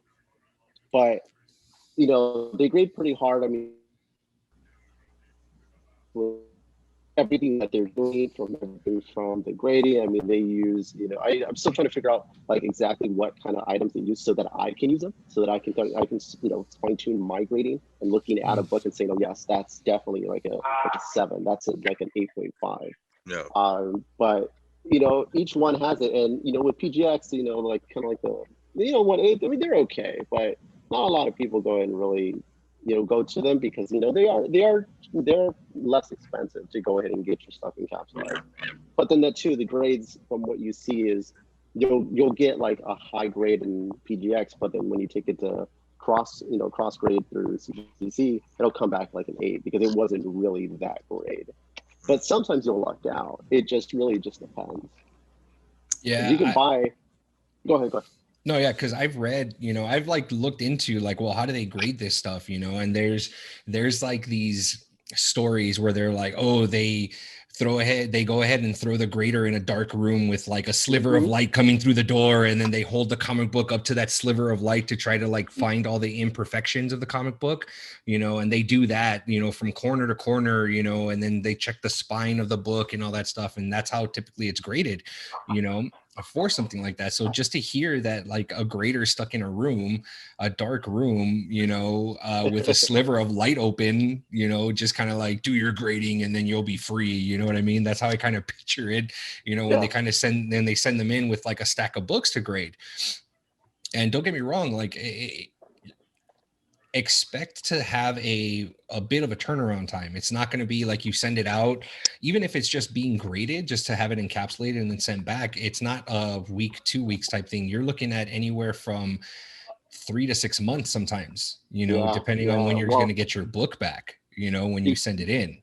Beforehand, I mean, when I did first start, some of the modern books, anything from 75 and newer, they did actually go ahead and do like almost 2-3 weeks, and that was even before not even using fast track. Yeah. So with CGC, you can of course pay for the price of encapsulating, but then you can also choose fast track, which it's kind of think of like Disneyland with a fast pass. You go ahead and you cut the line, and you cut it in half. So pretty much, you're getting your books, within like 2-3 weeks, and it's like a quick month, and your books are back. Nowadays, just because everybody is collecting and really getting into it and going through their garages and saying, hey, I might have something. Now everything for like the moderns that I just sent out back in mid-March, I still haven't gotten them back. At least they haven't even looked at them. They're still hanging out in the in the received warehouse in the dark room, all sad. Oh, that's so scary, man. Yeah, dude. And that's the thing, is that when you send out your books, like I've heard a lot of horror stories where you send out your book in perfect condition and it comes back, and then all of a sudden you see like a spine tick, or a piece of the corner ripped off, when for a fact it wasn't ripped when you sent it out. You know what I mean? So there's a lot of stuff that I hear, that, you got to watch out when you send out your books. There's even some people that say, take pictures of your books, before you send them out, and then send them out. So if there are those imperfections that come back, you can email them and then say, hey, here's proof that I sent out this book without any of these imperfections that I now see. Like, what's the deal? What happened? So it's a whole process, because you got to think, dude, you're sending this out in Florida and you got to package it properly. You got to do the whole bubble wrap and the cardboard and all that stuff and send it out, and just pray to God that, number one, it gets there and it doesn't get lost. Number one, number two, that the person that receives it is handling it with care and just not ripping open the packaging and then, with a box cutter and accidentally slicing anything open. You're crossing your fingers that person's not going through a divorce or something and just hating the world. Yeah, dude, like for real, like it's insane. It's really, really insane. But it is, I will say, last year when I started sending out more stuff to get graded, it's a fucking addiction, dude, like legit, because it's like you see, Donnie Cates is signing. Oh, okay, cool. It's Donnie Cates. Oh, not just Donnie Cates. It's going to be Stegman that's going to be with him too. And they're doing a dual signing, and you're just like, what the fuck? Wow. Like, this is a perfect time. I can send out my Absolute Carnage, number one, I can send it out and they can have it signed, and then the next thing you have John Romita Jr. signing, and then Rob Liefeld signing. And then and it's just like, I'm not kidding you. It was like every other week there. I'm seeing messages from Miguel saying, hey, look who's signing next. Look who's this, look who's that. Scott Snyder's going to be signing. This is going to be signing, and it's just like, and then here's the kicker.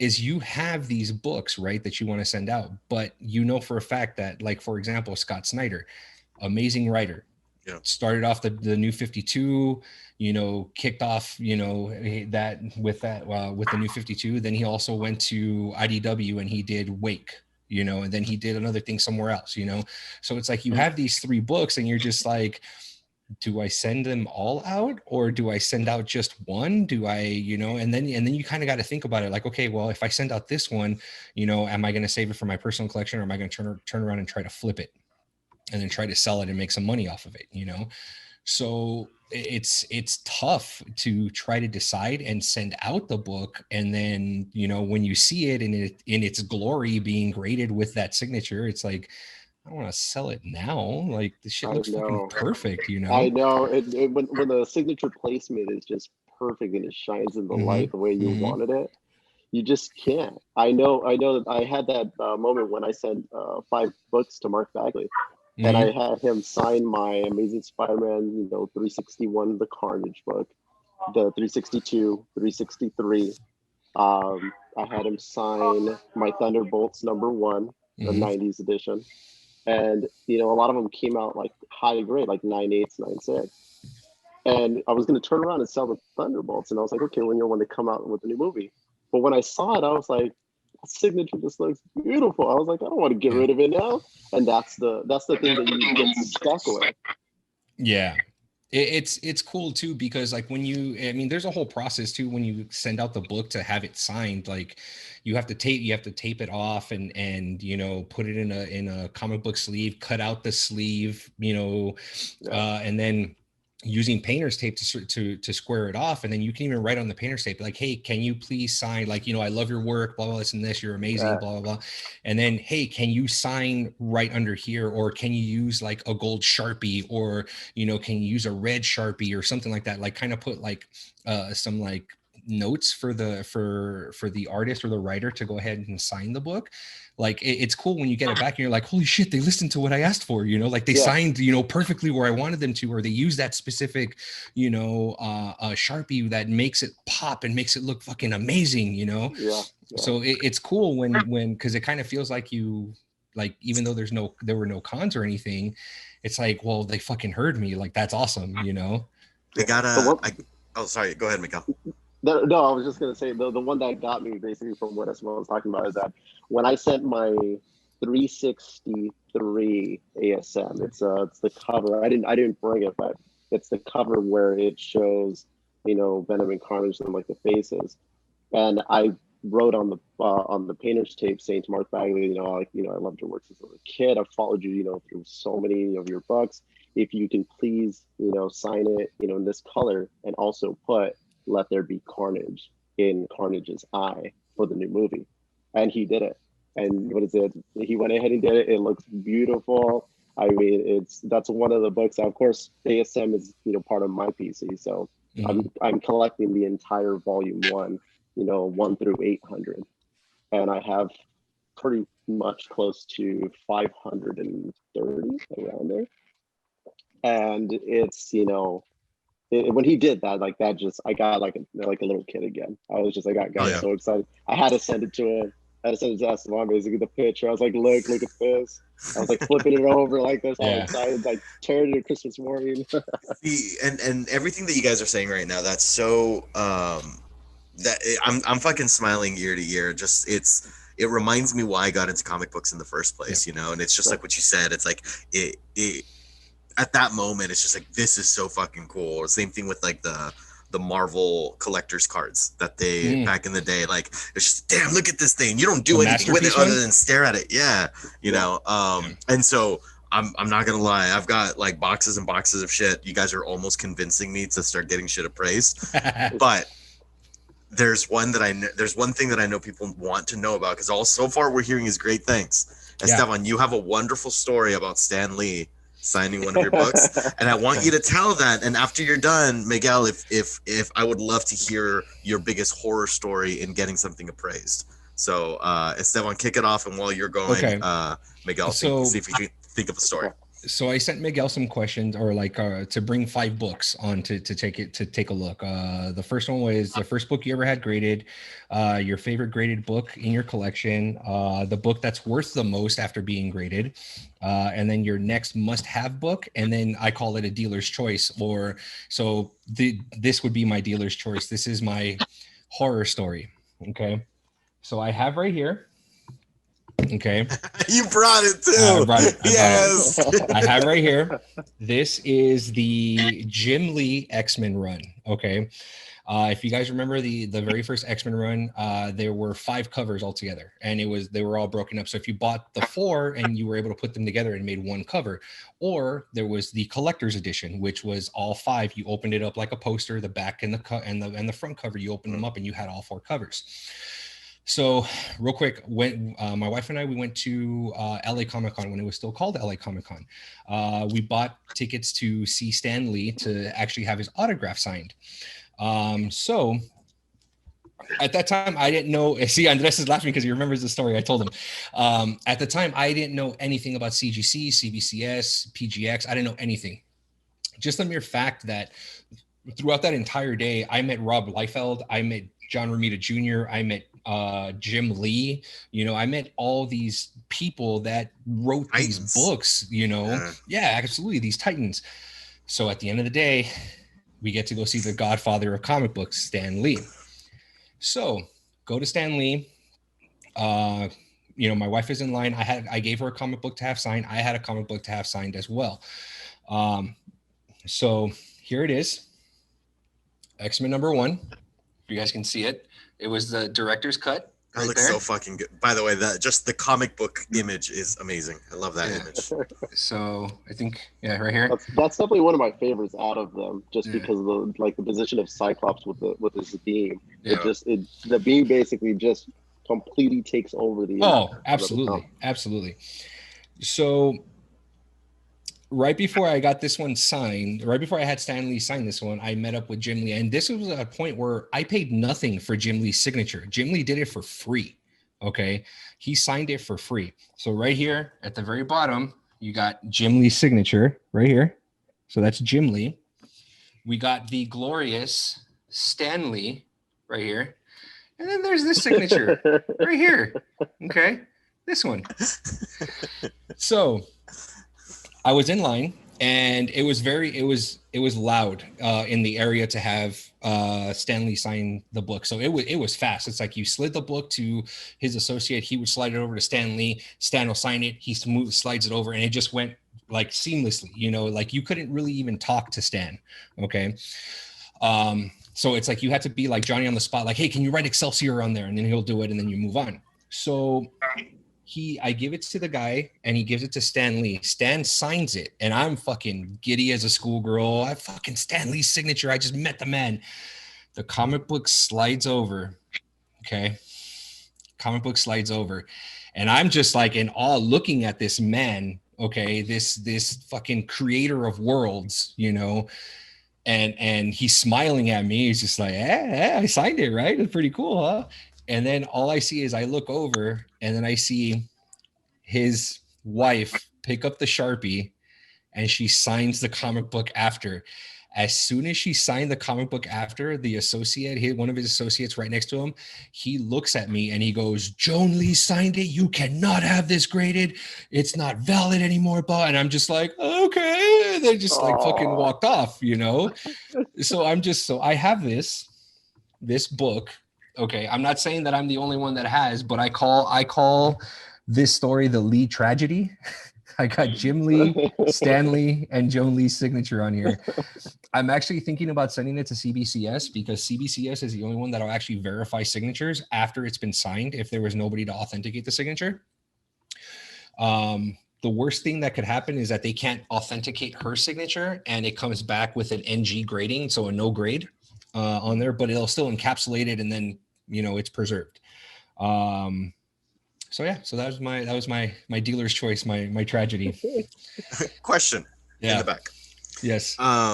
When the associate said that, did he say it in an asshole tone? As that was exactly my intention. I don't want you to make money off of this signature. Exactly. That's him how it and came his off. family. Yeah. That's exactly how it came off. Because it's like right before me, I had my wife go up and she had the signature, but she got the signature signed on another book. But like nothing like was slid over and that one's only signed by Stan, and it was sent off into CGC, and that was that, you know. So that's why it's like I was right behind her, like, what the fuck, dude? Like, why? You know, like you probably saw Jim Lee's signature. I'm thinking. Oh, she walked up. She was like and behind. Oh, okay. So now it's, hold on. This just in. This Go on. just in. This is 5 years of me not knowing this, but apparently she walked up, and then that's when she started. That's when she signed it. So. Well, 'cause she saw that, and she's like, "Oh, that's cool," and then they. Okay. So it was a setup, fucker. Dude, that sucks, man. Yeah. It still hurts hearing you tell that story. Yeah, But she wrote. She did put hugs in 3 X's here. So comic books are cool. That right there is priceless. Yeah. So that's my dealer's choice is that one. So yeah. Miguel, what about you, dude? I mean, I haven't had anything too crazy like that. I mean, yours is, diamonds compared to mine. You are the winner here, sir. You are the winner. Let's just end the show now on that tragic note. Fucking run credits and it's over. It's done. I'm giving you that, but I'm buying you a case of beer just for that story. Yeah, thank you. So, I haven't really had anything, that crazy. I mean, the only one that out of all the books I've sent, when I did send out, because I have a lot of doubles, and I've collected a lot of doubles just because I always like to have options. Mm-hmm. And whenever I go ahead and I grade something, I don't always want to risk it on just one book. I want to risk it on 2, see which one gets the highest, and I'll keep the highest one, and then I'll go and I'll sell the other one. Mm-hmm. Or I'll keep it if, depending on, the character or, who it is. So I went ahead and I sent out, the ASM 210, the first Madam Web, for the Ramita signing. Sent it out, excited, waited almost a good 3 months. I remember this one. I checked CGC, honestly, like I'm checking transcripts for my school. I'm refreshing every 5 minutes, seeing did they finally post my grades, like completely. I'm at work and I'm like, refresh. He's at work. He's at work and he's blowing me up at work, and he's just like, the status hasn't changed yet. It hasn't changed. So that's the reason. That's also the reasons why I chose to do this myself, because instead of going through a dealer, which I'll end up saving some money on, I will be calling them at least 2 or 3 times a day saying, hey, is there any update to my books? Yeah. And I would drive them insane. So I already know, there's a reason to my own madness. I can deal with it. I have the patience for myself. I'll check it. I'll send it out and I'll do everything that I can. So I sent out the books, waited 3 months, finally, because John Romita Jr., of course, is one of my favorite artists. I mean, his dad's a legend, John Romita Sr. When I think there's a few books, but the most iconic book for them ever to work on, and this is in I want to say comic history, that it's the only father-son duo, is ASM 238, the first Hobgoblin. And I have that book, but I haven't been able to get Romita Sr. because Romita Sr. is in his 90s. Yeah. So it's a little hard for him to go ahead and go to cons, and there's still a certain company that does work with them. I think it's Desert Wind Comics. Oh, the one out in Arizona, yeah. Yeah. I think it's Arizona or Nevada. It's one of those. Yes. And so it is, and I guess on their part they're really good, really close, good friends, because a lot of the iconic artists. So that's the only way I think I'll be able to go and really get his, unless I buy one already signed. But I was like, you know what? I'll get Romita Jr. I mean, I love him. Read all his stuff. I'll send it out. Waited 3 months. Got super excited. My anticipation, my patience was running out. I was getting so tears were coming out. It finally hits graded. I see that Oh no, he froze. Commercial break. We're at the end of our seats. No. So tears are in my eyes. And then, I'm like, then what happened? God damn it. You froze at tears in your eyes. Yeah, you froze when you said I had tears in my eyes. And so we all don't know what happened. So please. Next time on Comix. Next time on Comix. It'll say, we'll be back. Yeah. I know, right? So I had tears in my eyes because I was excited. I was really excited that it finally turned graded. Mm-hmm. So it finally went ahead and showed, and I got a 9.0 and I got a 7. And I was like, okay, I'm still okay with it. It's still like, it's a first appearance. I'll maybe flip, one of them. Well, I went ahead and I got the books. After, you have to wait a week because it shipped out ground. So after it finally hits and it tells you that he signed it, it's graded, these are the notes, everything. I gotta wait a week for it to come to my house. I literally go ahead and I see that, that UPS is, around the corner, 3 o'clock, looking at my watch. Is it 3 o'clock yet? It's like, no, okay. And then it's 5 o'clock, I'm getting out of work, racing down the freeway. I'm cutting people off, just basically just going through. Finally get home, rip open the box, start sending pictures to us, just literally the box opening. One of them, which luckily the 9.0 signature looks beautiful, silver on the black, it pops. The 7, it looks like somebody, he signed it, but somebody went like this. No. And he signs JRJR. That's all he does. So it looks like somebody just went smear. He said, "Fuck your signature." Yeah, and it looked like it was J squiggle J. Yeah. Horrible. Oh, man. What could have been a good priced book, Yeah. I sold it for $50. Yeah. Somebody still bought it, and I even messaged him. I go, "Hey, just want to make sure you're buying a book that the signature looks horrible. I just have it on here as an auction." The guy's like, "I know, it's okay. It's for my son." I was like, "I'm sorry." Tell your son I apologize. Yeah. And that was just the one time I actually got really sad because I was hyped completely, and once I saw it, it was still tears, but tears of sadness. So Miguel, what did you bring your first graded book that you ever had? I did. All right, you guys ready? Now, I did tell you that I was an ASM fan. This is one of the books that I did first go ahead and actually get. Ooh. It's the first Scorpion. So you got ASM 20 from 65. Jesus. So 6.0 off-white. It's okay. But definitely, it's definitely a key style book. I mean, for it being a 6.0, I mean, that book being a 6.0, that's considered a very high grade for it to be in that condition. So old, yeah. Back basically. I'm sorry, I got my lights up. I don't know. So you can see. Jesus, that's so sick. But it looks, once I had it, I got this book for like $200. And right now, I mean, it's up there, but it's not even one of my most valuable ones. But this book's like $1,400 right now. Like if I want to get it in this grade, it's ridiculous. I was like, if I saw it, I was like, I would want it, but I'm like, I don't know if I'd pay for that. Yeah.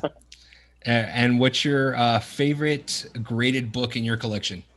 My favorite. Okay. So my favorite one. He puts it back in the wrapping. He's like, "Hold on, slow down." Oh yeah. Oh yeah, dude. No, my babies need to be. Yeah. I got this one right here. So this one, my favorite all time. Ooh, Spider-Man 300. And it's a 9.2. Yeah, that's not bad. That's pretty good, man. Are you gonna show yours? Yeah, you go first, brother. You're the guest. Okay. Show me yours, I'll show you mine. Very much so. I thought we were gonna have like a battle of the Titans and stuff. So it's gonna be no! By far you'll beat me as far as graded books. So the one that's worth the most in your collection. Okay, so I have one that actually is. And then after you say which one's worth the most, make sure you say your address.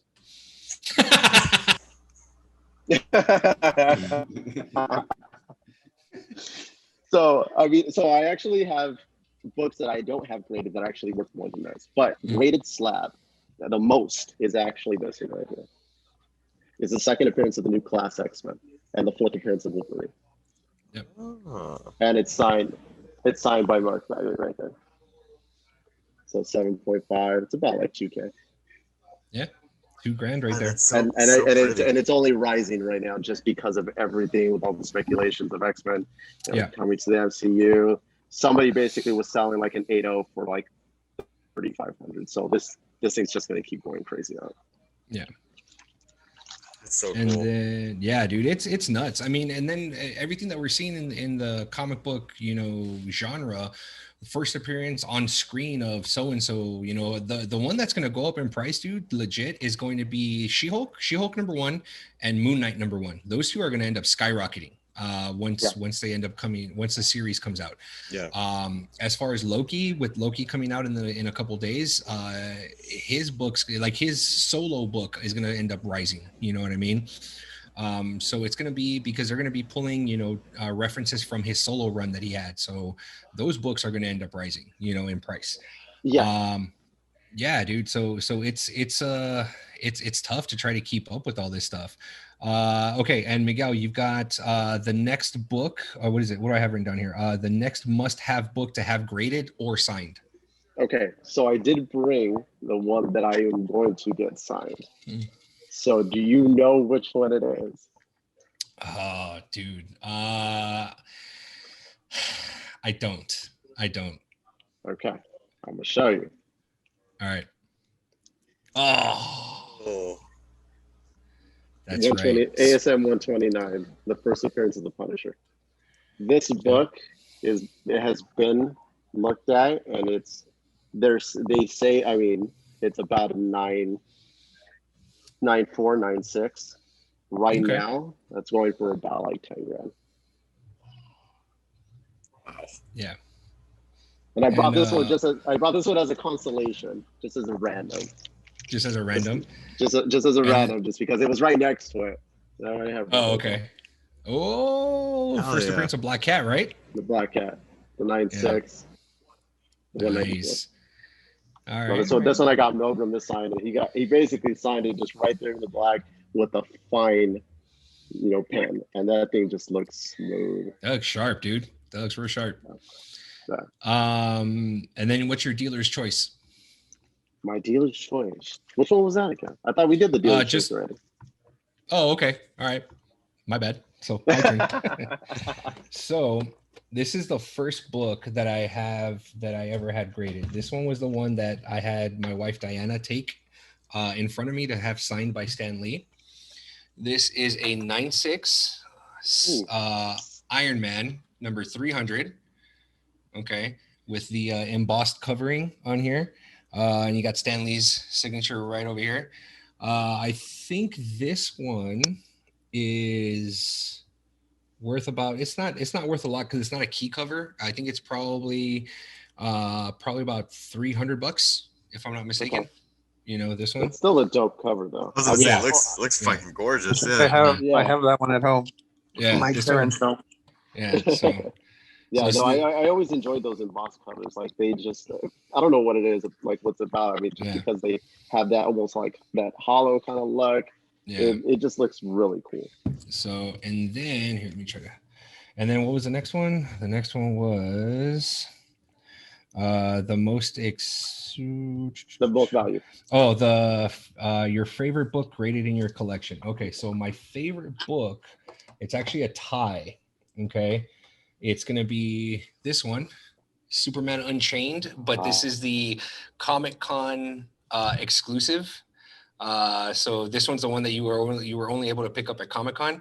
So this was Superman Unchained #1. I have it signed by Scott Snyder. Oh shit! So this one is my, and this is the only 9.8 that I have. So this one's like cherished right now. That is beautiful. Yeah. So, and then I just need to get, what also CGC, because I know we didn't touch on it. So like, let's say for example, I got Scott Snyder's signature on it, right? And then all of a sudden CGC has Jim Lee coming on or Scott Williams signing at CG. I can send this book back to them. They'll crack the casing open, have them sign it, and then regrade it again with the additional signature on it. What I'm tripping out on the 9.8 is that you went to Comic-Con. Yeah. You literally pick up the book, hand it over to Scott Snyder, and it somehow lost some points. Like Right. Yeah. That just comes to show you how finite, like the way they look at it is to such an extreme level. Like that's so fucking crazy. Just to put that into perspective. Yeah. Like, so I'm sure you walked it over like the holy grail over to make sure that it wasn't damaged. You know, but he's over here spinning it like a pizza. Just I know, right? Just slamming it on Scott Snyder's desk. Pizza time. And he's like, here you go. It's like, hey, Scotty, sign this. Yeah, I call him Scotty. So it's a tie for my favorite for this one, and then this beautiful thing right here. It is Dark Knight Returns #4 with the epic cover of Batman and Superman right on the cover, signed by the epic Frank Miller right here. You can't really see it because it's a faint gold. But yeah, that one came in at a 9.4, and this is and the cool thing about the CGC stuff, like if there's a key part in the story, it'll have it listed on here. So this was Batman: The Dark Knight Returns, and this was the death of Alfred. Yeah. So that's this one here. It was a 4-part series. What is it? 88? 86. 86. 86. Yeah. So those two are my favorite. Let's see. Then the most expensive one in my collection right now is this gorgeous thing right here. The first appearance of the black suit Spider-Man. Okay. Signed by all three, John Beatty, Jim Shooter, and Michael Zeck. All three of them worked on this series.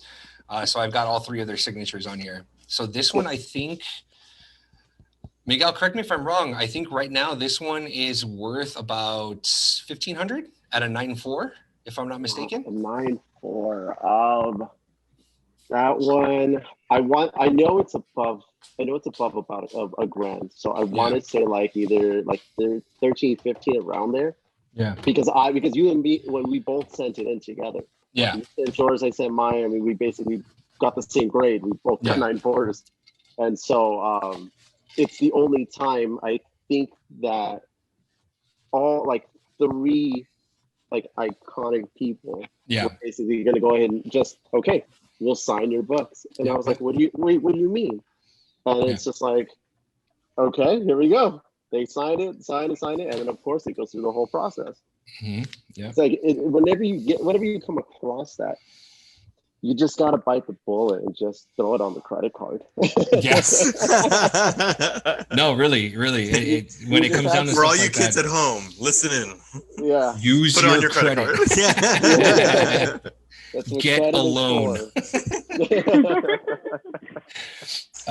And then finally, the next one that I really want to get graded, because this is the one that my wife picked out and she did her research on it. This is a Detective Comics number 317 with the cover of Batgirl. Just looking at that book the other day. Okay, so isn't that the I think the first appearance of the new Batmobile, right? Yes, I believe you're right. This is the first appearance of the new Batmobile. So this one would only get graded. This one, it's a 12 center, so it's a 12-cent comic book. So this one actually caught my wife's eye, and then she did her research on it. And raw, like this is considered a raw book. I think it's worth about $150, just like this. Yeah. So if you get it graded and encapsulated, obviously it's worth more. But the best part is the text on the cover. Okay, you see Batman, you see Robin, okay, and you see Batgirl. So on the cover it says Batman saying, "Batgirl, get over here, help us, we've got a problem." And Batgirl says, "I have a bigger one in a run in my tights." So she's got a tear in her tights. Oh my God, that's so awesome. you can so you can see the mindset back then when they were writing and drawing comics. I'm a woman. Yeah. Bingo. So there's that. So, but yeah, those are the right now. Those are the creme de la creme of my collection. Like Miguel said, how many do you have graded right now, dude? I've got 87 CGCs. I've got only 4 CBCS, but I have a lot of other books I'm going to send, so that'll go out. I have 10. I have 10 graded. Hey, you said it's an addiction. It truly is. It really is. It really is. So yeah, I'm sending one I'm sending at least like a good pack of maybe 10 books like a month. And that's just the regular ones. And if they come out with the signatures, I go and I put those together. I mean, I've got some that I want to wait for the return of, say, like Neil Adams. Yeah. I've got what is it, the Green Lantern, Green Arrow 76. You know, I've got a couple from that side.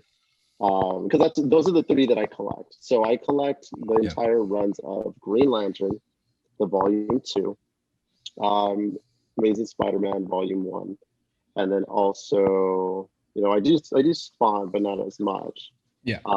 But Daredevil, that's the 3rd one that I literally have, you know, boxes of, and so just trying to complete my run, you know, before I go ahead and have to like spend any money basically on, like, you know, on life, on like real life. before he says I do is what he's saying. Yes. You know, before that time comes, because I just graduated college from Cal State Fullerton, so you know that's done. Looking at possibly thank you. Looking at, you know, going to get my MBA, so you know I might have to sell some of my stuff to pay for it. And so that's hey, but it's an investment, just like you said, man. So yeah.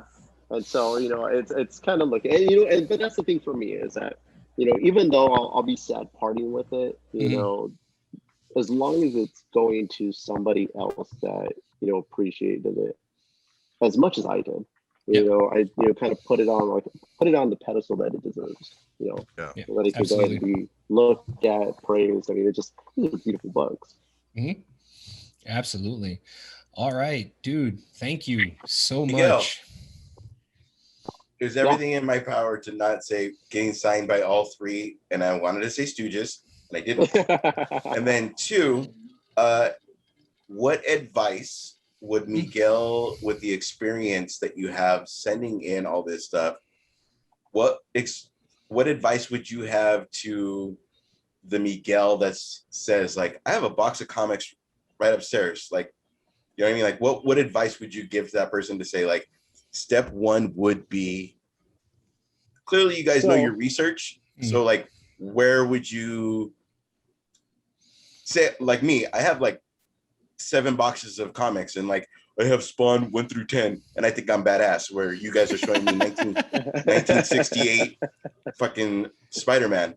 So like, what, if you were to say, take your first step into this, what would you advise that person to do? So the first thing that I would do, like, at least to give you a little friendly advice. Because the rest of the advice he's going to give you, the rest of the advice he's going to give you is going to be, you're going to have to pay for that advice. Yes. No. So, I mean, definitely, you know, the friendly advice I would give you is that, for one, I would want to know, like, at least, you know, where your mindset is in collecting. Is it really more as an investment part? Is it more in your personal thing? So you really don't care the grade. You just want the book. So basically, like, you know, the mindset is, you know, for myself, ASM, Amazing Fantasy 15, the very first appearance of Spider-Man. You know, I'd buy that book 0.5 with tears, you know, half of Spider-Man's face showing. I'd buy it just because that book is better than no book. But, you know, some advice I would basically say is that if you're going to do it for your own personal collection, pick out your favorites. Pick out the ones that you really did like as a kid or, you know, as an adult. And if that's one that you really like and you would want to put that up in your house and put it on the wall or put it in a glass case and you put a figurine next to it, and at least that way, because it's your favorite character, do it. Like, it doesn't matter basically what anybody says. It doesn't have to be the highest grade. All 8s, 9s, 10s, but sometimes you can't find them. So you go ahead and you settle on an 8.5. It's still a beautiful book. It's got some love, you know, it's got character.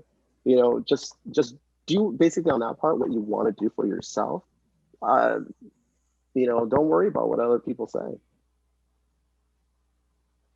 So like tomorrow, if Luis said like, "Oh, I have fucking Lady Death 1 through 6," like, what would he do?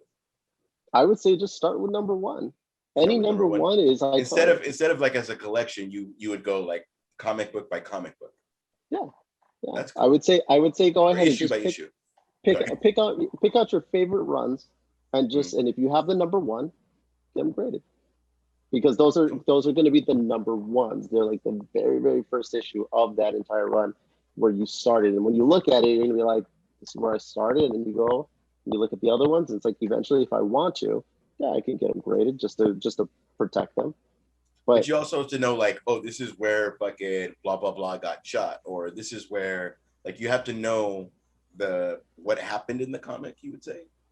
The ones that you showed us is kind of like iconic, like the X-Men one, like those are the covers that like even the general public's like, oh yeah, I know that. Whether you collected the Marvel card, whether you collected whatever, like when I saw Last Stand, I still see fucking Scott Summers holding his arm so there's things that you think of as a general public person. So like maybe that is where you would want to start, like maybe like whatever makes you think of, oh, that was the inspiration for blah blah blah, or like would you say that? Yeah, no, I would say that too. I mean, it's definitely just, like I said, it just depends on the person. But if you want to start with, say keys, it doesn't have to be, such, like golden keys, like golden age. It doesn't have to be silver age. It could be bronze. It could be modern, those ones. But it could be ones that, were your favorite. Start off with maybe just $3 and for those type, anything from 75 early, I think it costs like 20. Like they just increased their prices too, which I wasn't happy about. But it just means I'm spending more.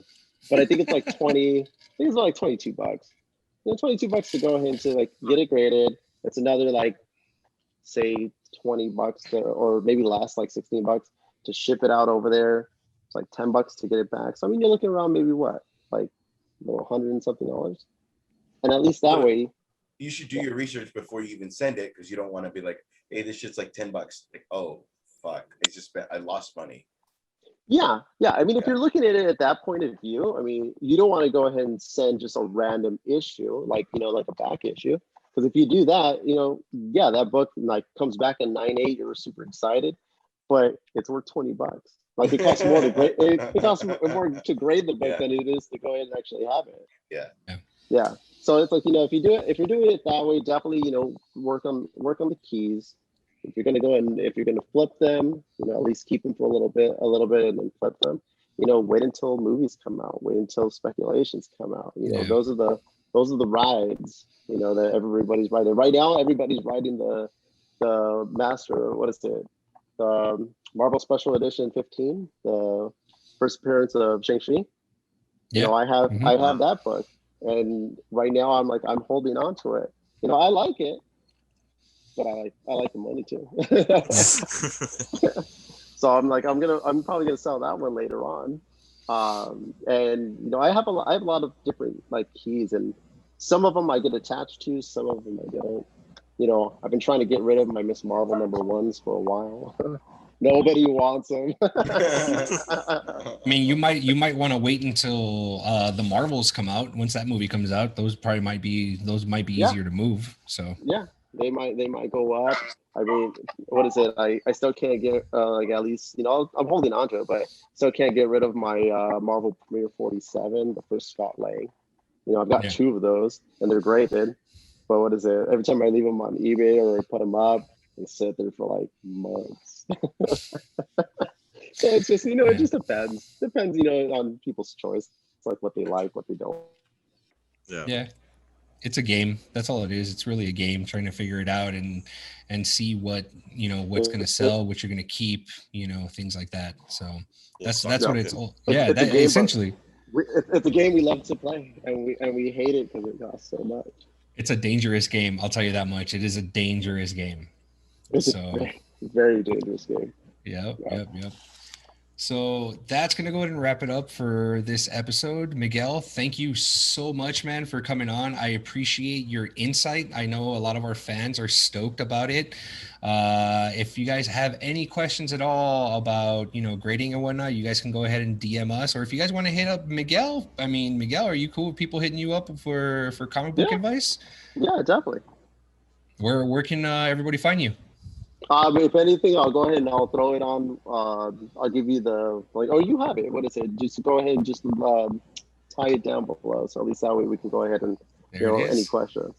Right on. All right. Again, thank you, Miguel. Appreciate you, man. And we'll talk to you again later, man. Okay. Appreciate it. Thank you, guys. It was a pleasure. Really, all right, sir. Cheers. Thank you. Cheers. Cheers. Okay. So we'll go ahead and we're going to go ahead and wrap it up for Comix. And, we'll catch you guys next time. Comix. We are everywhere. Good night. Goodbye.